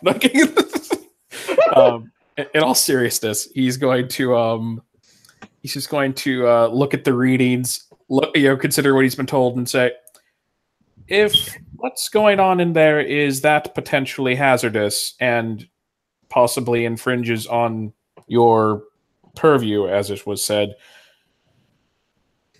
are you so inclined? He's like trying to choose his words carefully. It's not coming out well.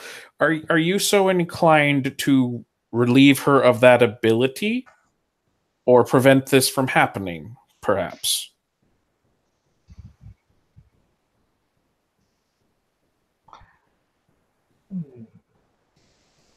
You'll see him.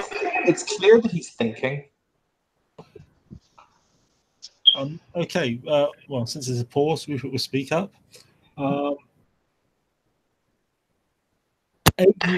Every human is endowed with the power to create life. Every lowly animal can create more life. We are made in God's image and therefore have the same power of creation that He does. Are you saying that is all she's exerting? She is exerting the power that Christ displayed when he raised Lazarus from the dead. Who is she trying to raise from the dead? And if you follow me, these things you will also do. His words.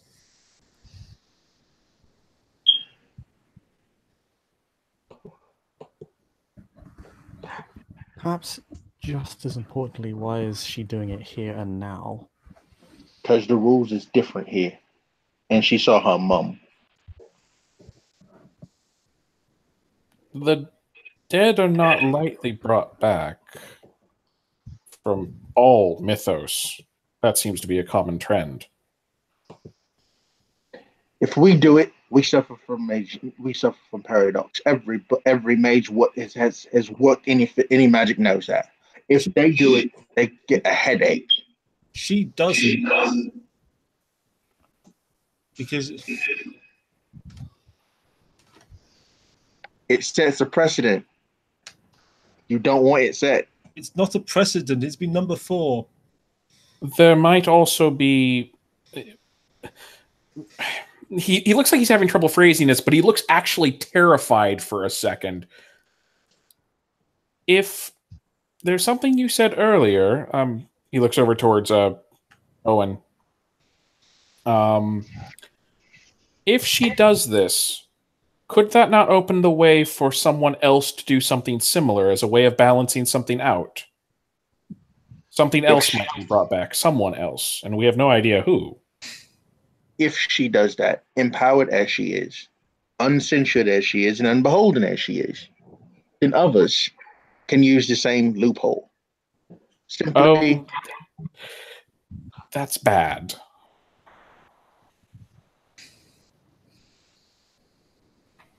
She ain't a mage. Correct. She has unknowingly endangered, well, knowingly or unknowingly endangered us. What kind of mind does Hope possess? Not a human one. You know that. Rupert, that's actually not strictly true. So which bit's not strictly true? That she doesn't possess a human mind. Yeah, well, I've already loudly said she has a human soul, which would imply that. So,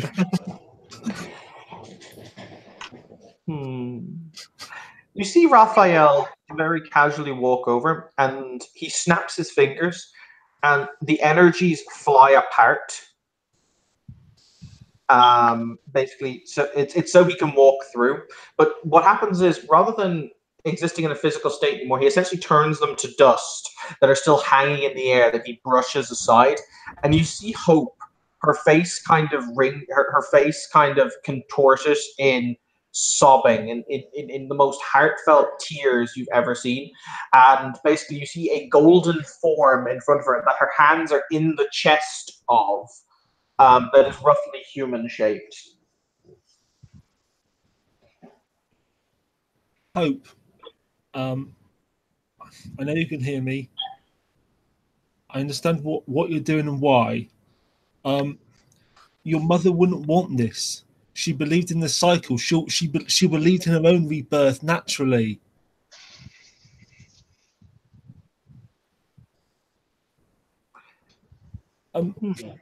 If you've spoken to her, you'll know this.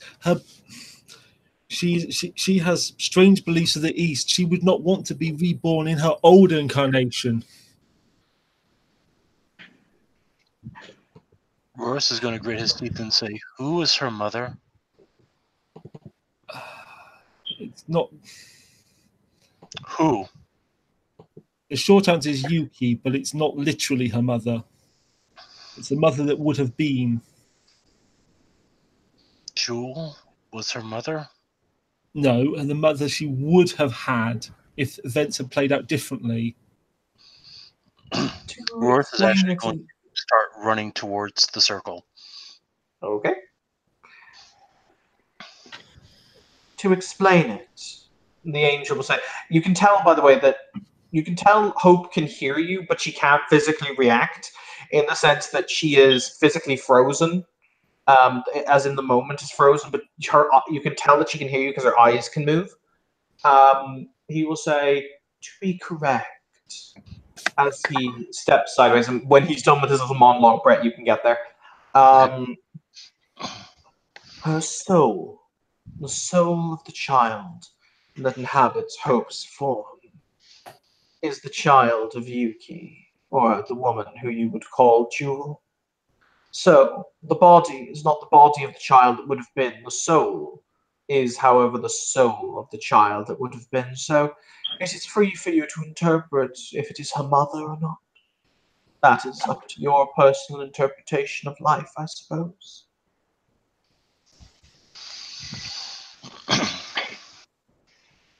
Yep, you can get there at this point when he's done.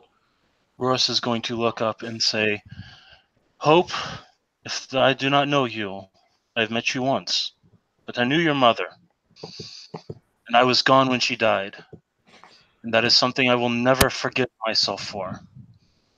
But if you bring her back against her wishes, and contrary to her belief, that is something you will never be able to forgive yourself for either.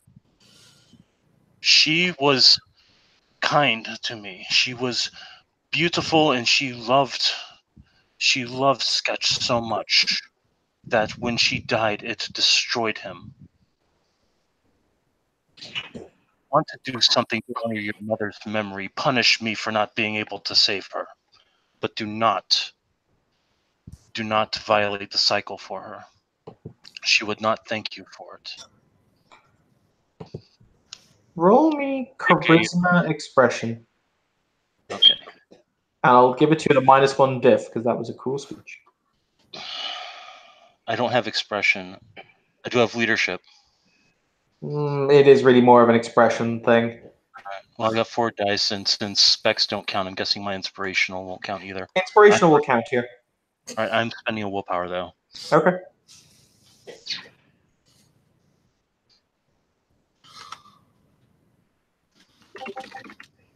That is 4 successes. Oh, Nelly.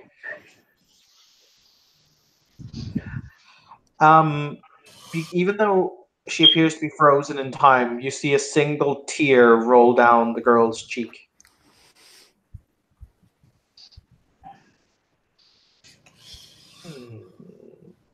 Interesting.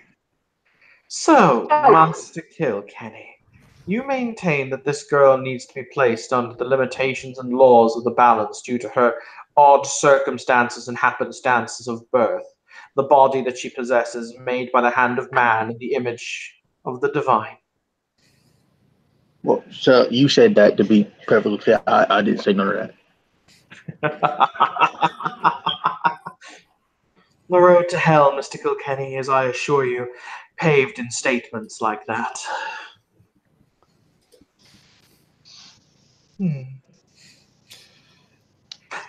Why don't we ask? Yes. You will see him. Basically, he will walk forward, and there's a weird, kind of horrible ripping noise as he drags the two entities apart. Yuki in the spirit of Yuki in one hand, and the spirit of Hope in the other. He takes them until they're about an arm's length away, so they're roughly about 5 feet from one another, and he will say, "Why don't we let?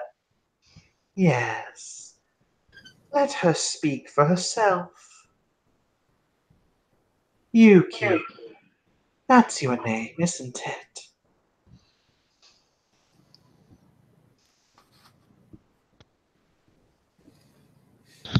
Yes, it is. No. Tell me, this being, your daughter's soul wrapped in a shell, wrapped in that golden cloak, wishes to bring you back to the world. She cried so loudly that heaven and hell shook. We heard it. And then Mr. Kilkenny brought me here. So I'm curious. What is it that you think?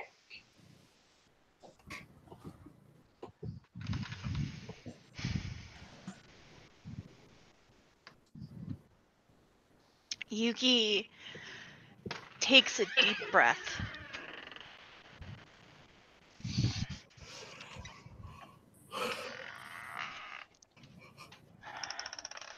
What is it that I think about being brought back to life?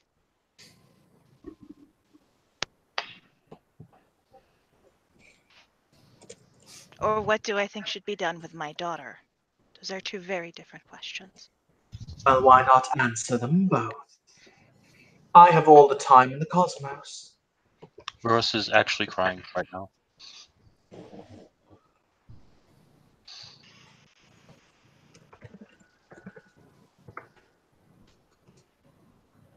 My time in my previous incarnation has come and gone. My loss caused many a great deal of pain. It's unfortunate. Things had to be that way. But I do not believe bringing me back to life would resolve any of that pain for anyone. Would only cause more. Regardless of what has happened since my death, I believe I am still viewed as a high criminal. It is likely there would only be a matter of time before I'm killed again.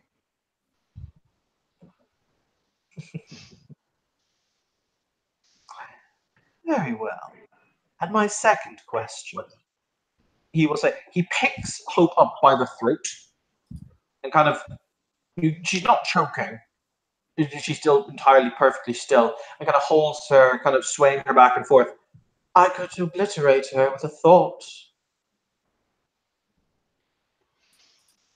What would you have me do?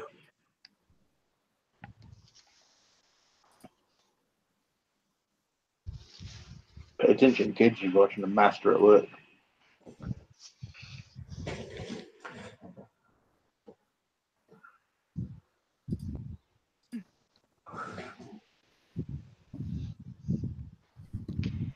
She was born for a reason. She deserves to fulfill her purpose in life as much as anything else, regardless of how she was brought into the world. And what about you, Mr. Gallo? You've served practically as this girl's father. Would you have me? What would you have me do? Well, you would ask a father if he wished his daughter to live. I would ask if he would have his daughter changed.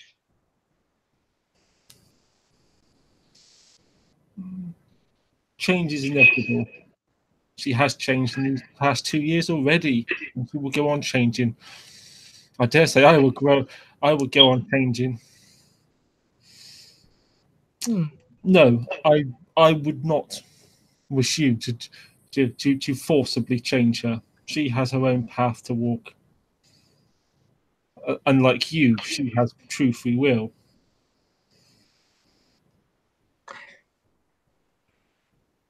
His hand clenches when you say that.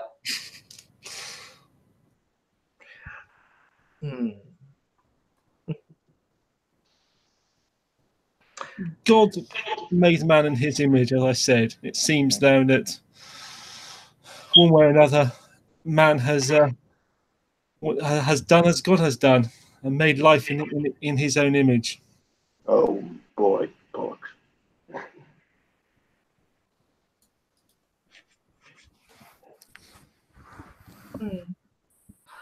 Does anyone else wish to speak before I render judgment?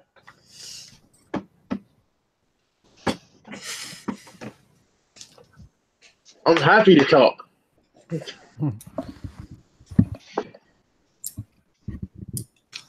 Then speak. Well, as we've opened the floor,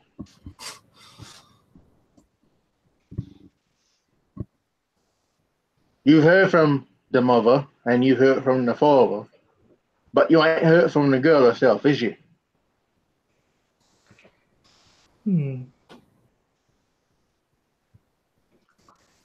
No.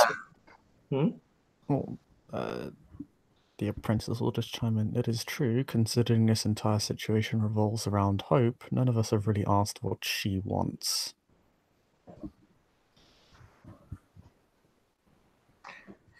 It would be so easy to blot. You see him raise his hand up as if he's about to bring it striking down, at which point you see something very interesting. Hope moves like lightning, and you see her, what you would describe, if he was human, as break his arm. Literally snapping it roughly at the midpoint between the wrist and the wrist and the other. There is a hiss of what you would think would be pain.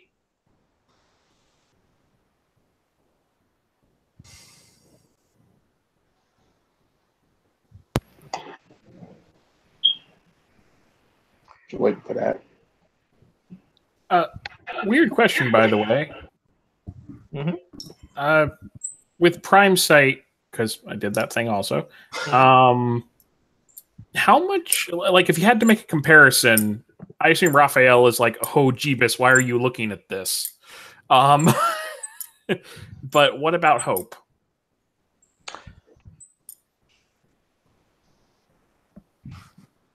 Like, same level of power as Raphael, more or less equivalent? Hope starts out relatively dense. Nothing like, but nothing stupidly over the top.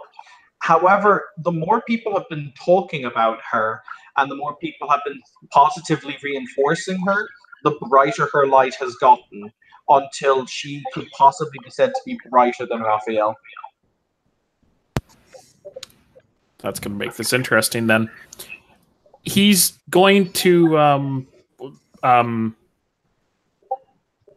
just to be clear, I'm not interrupting anyone, right? Just want to make sure. No, at the moment, Raphael is currently clutching his broken arm in what looks like agony.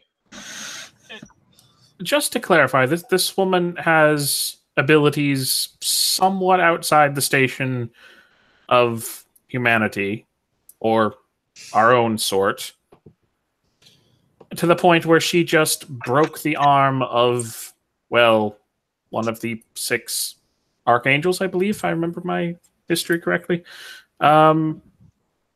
However, you're seriously, he looks around, are we seriously contemplating simply letting that level of power wander around under its own power? I don't think anyone here has the authority or ability to supervise that. Some of us have been for the last 2 years, quite happily. And yet nothing in your training prevented tonight. Nothing untoward has happened so far tonight. Not due to your actions, however, or to hers. He nods towards Owen.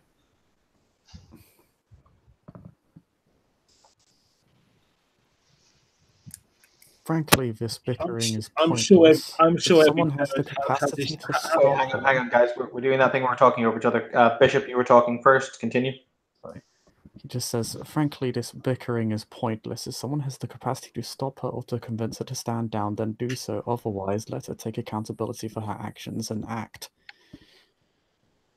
There's no point spouting whether we do this or that when we either can't or aren't willing to do so. I cannot act. I can only speak. So that's what I'm going to do. I can't stop her. I'm not going to. I don't know her. I can't talk her down. Hope. I know this is difficult for you. That there comes a time in every person's life when they first encounter death. The death of a relative, the death of a loved one, a pet, the death of a pet. I'm sorry you've had to encounter it in this way. And it hurts, and we grieve, and we move on. That's the human way of dealing with this. We grieve and we move on. It does no good to constantly try to bring back the past. You're by no means the first person to try, but ultimately, the universe needs to move forwards. We all need to move forwards with our lives. The world is for the living, not for the dead, and that is not easy, and that does hurt. And it is a hurt which is balmed by our faith. And with that, we can go on. Say goodbye to this woman who I'm sure loves you and would want you to go on and come back to us.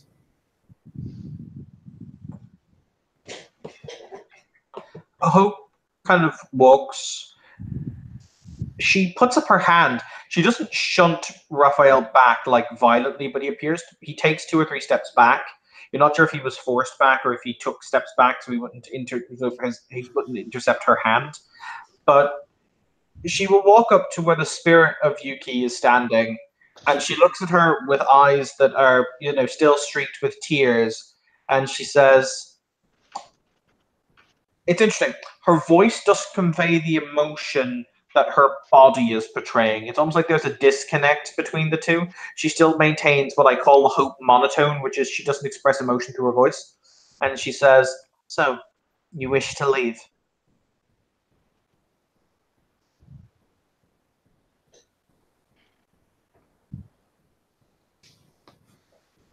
In a sense, yes. I wish to move on from here. Oh.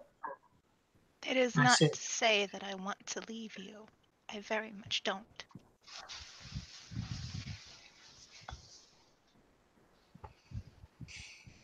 You can see she concentrates and contemplates, and she says, 1,313. That's how many souls were used, or parts thereof, in order to create this shell, this body, whatever you wish to call it. 1,313. I know all of their names. I know all of their faces. I know all of their families. Every one of them I know. But the one at the center, the one that's me, if there is a me, I came into being not knowing, not having any clarity of self, but knowing about these 1,313 people. So I didn't know what it was to be hope. What was hope? I didn't know.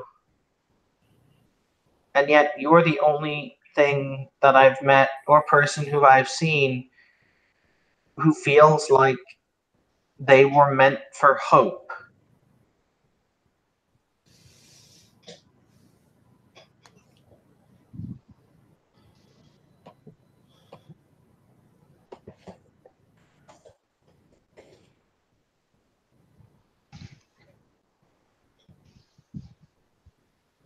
Probably because during the last months of my life, I carried hope inside my body.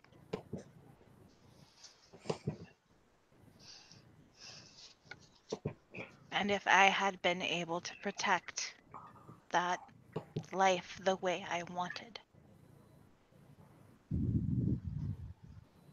you would not need a body comprised of all those souls.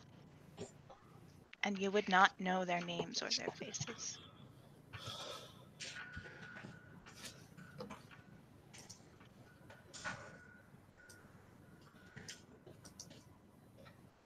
And I shall exist knowing that there was something, even so briefly, that was made for hope.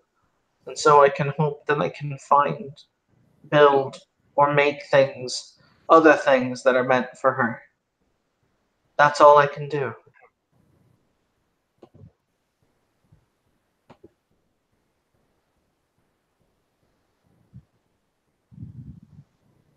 There are very few things in the world that are truly meant for someone. Most of us find them by creating them for ourselves.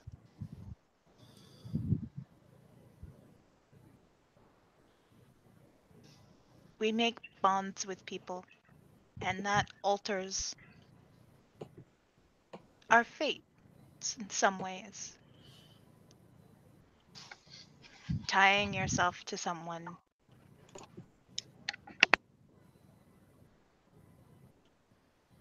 particularly with strong emotions like love or anger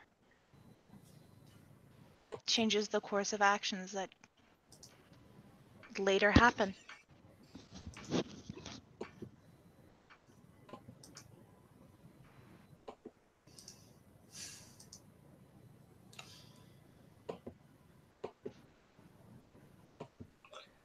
I see.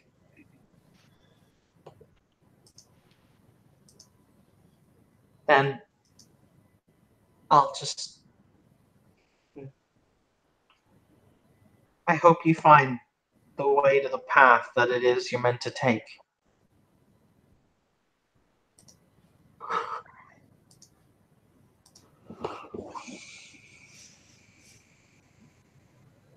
Thank you. And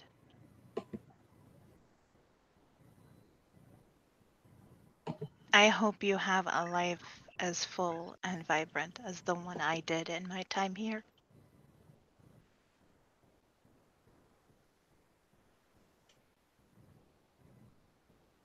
It's clear to me you have good caretakers to watch over you.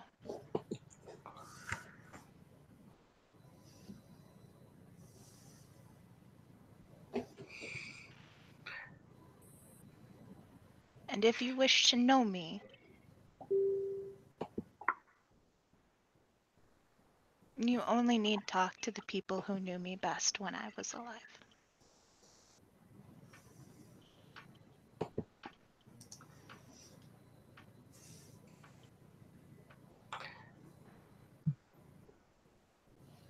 It is at this moment that everything in the room seems to shudder briefly. You hear Raphael snarl ever so slightly as he takes a step backwards. His wings furl around him for a split second before he is gone. You see the fact that all around you, people start to move again. Everything seems to come to a halt. Everything that had come shuddering to a halt once again locomotes itself. The figures on the dance floor themselves disappear as you see over the horizon the touches and the first rays of dawn banishing the darkness. D'Onofrio stands there somewhat confused looking as she says, the energy's dissipated. What the fuck just happened? Real quick, is Jules still there? Nope. As Jules fading out, Rose will say, I'm sorry I couldn't be here to protect you. Jewel may answer. She smiles at him. There was very little anyone could have done to protect me.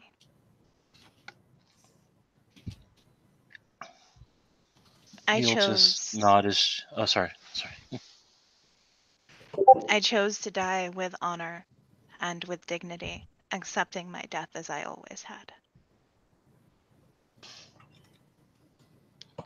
Still doesn't change the fact I should have been here for you instead of back in home.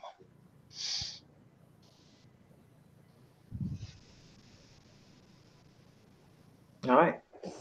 As I said, at this moment, D'Onofrio basically says, what the fuck's happening? The energy's gone, as she raises her pack of cigarettes to her lips, drawing one out and lighting it with the tip of her finger.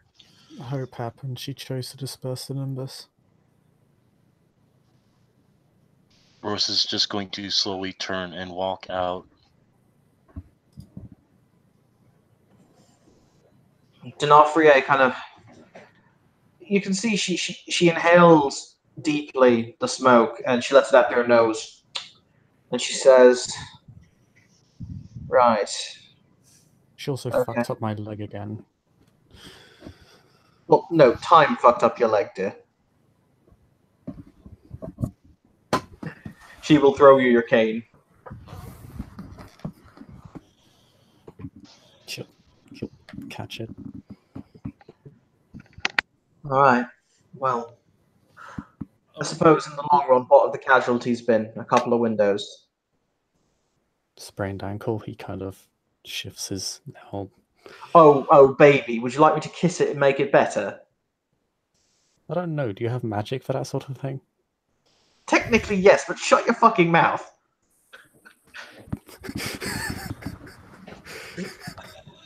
I am not magically kissing your foot better.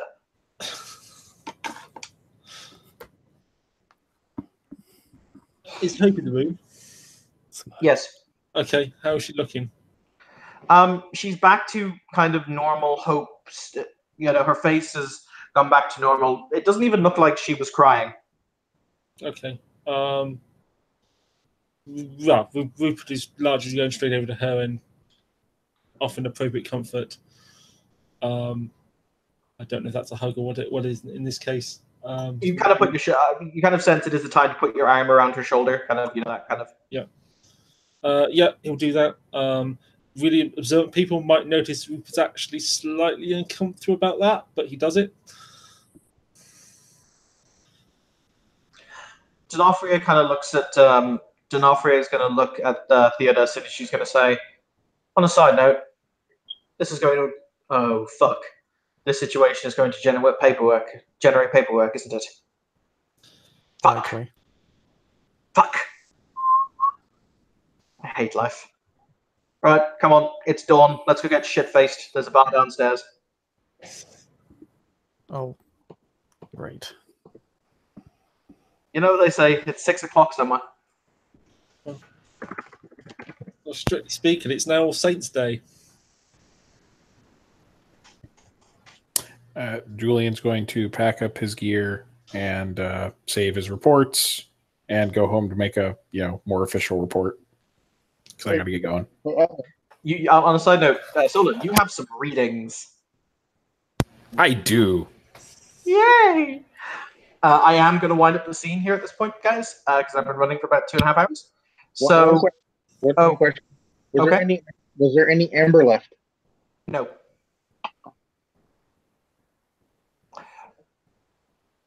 Okay, so thank you, players, for playing. Thank you, watch, for watching. This has been the inaugural scene for Darkness in Dublin Season 2. Have a pleasant evening.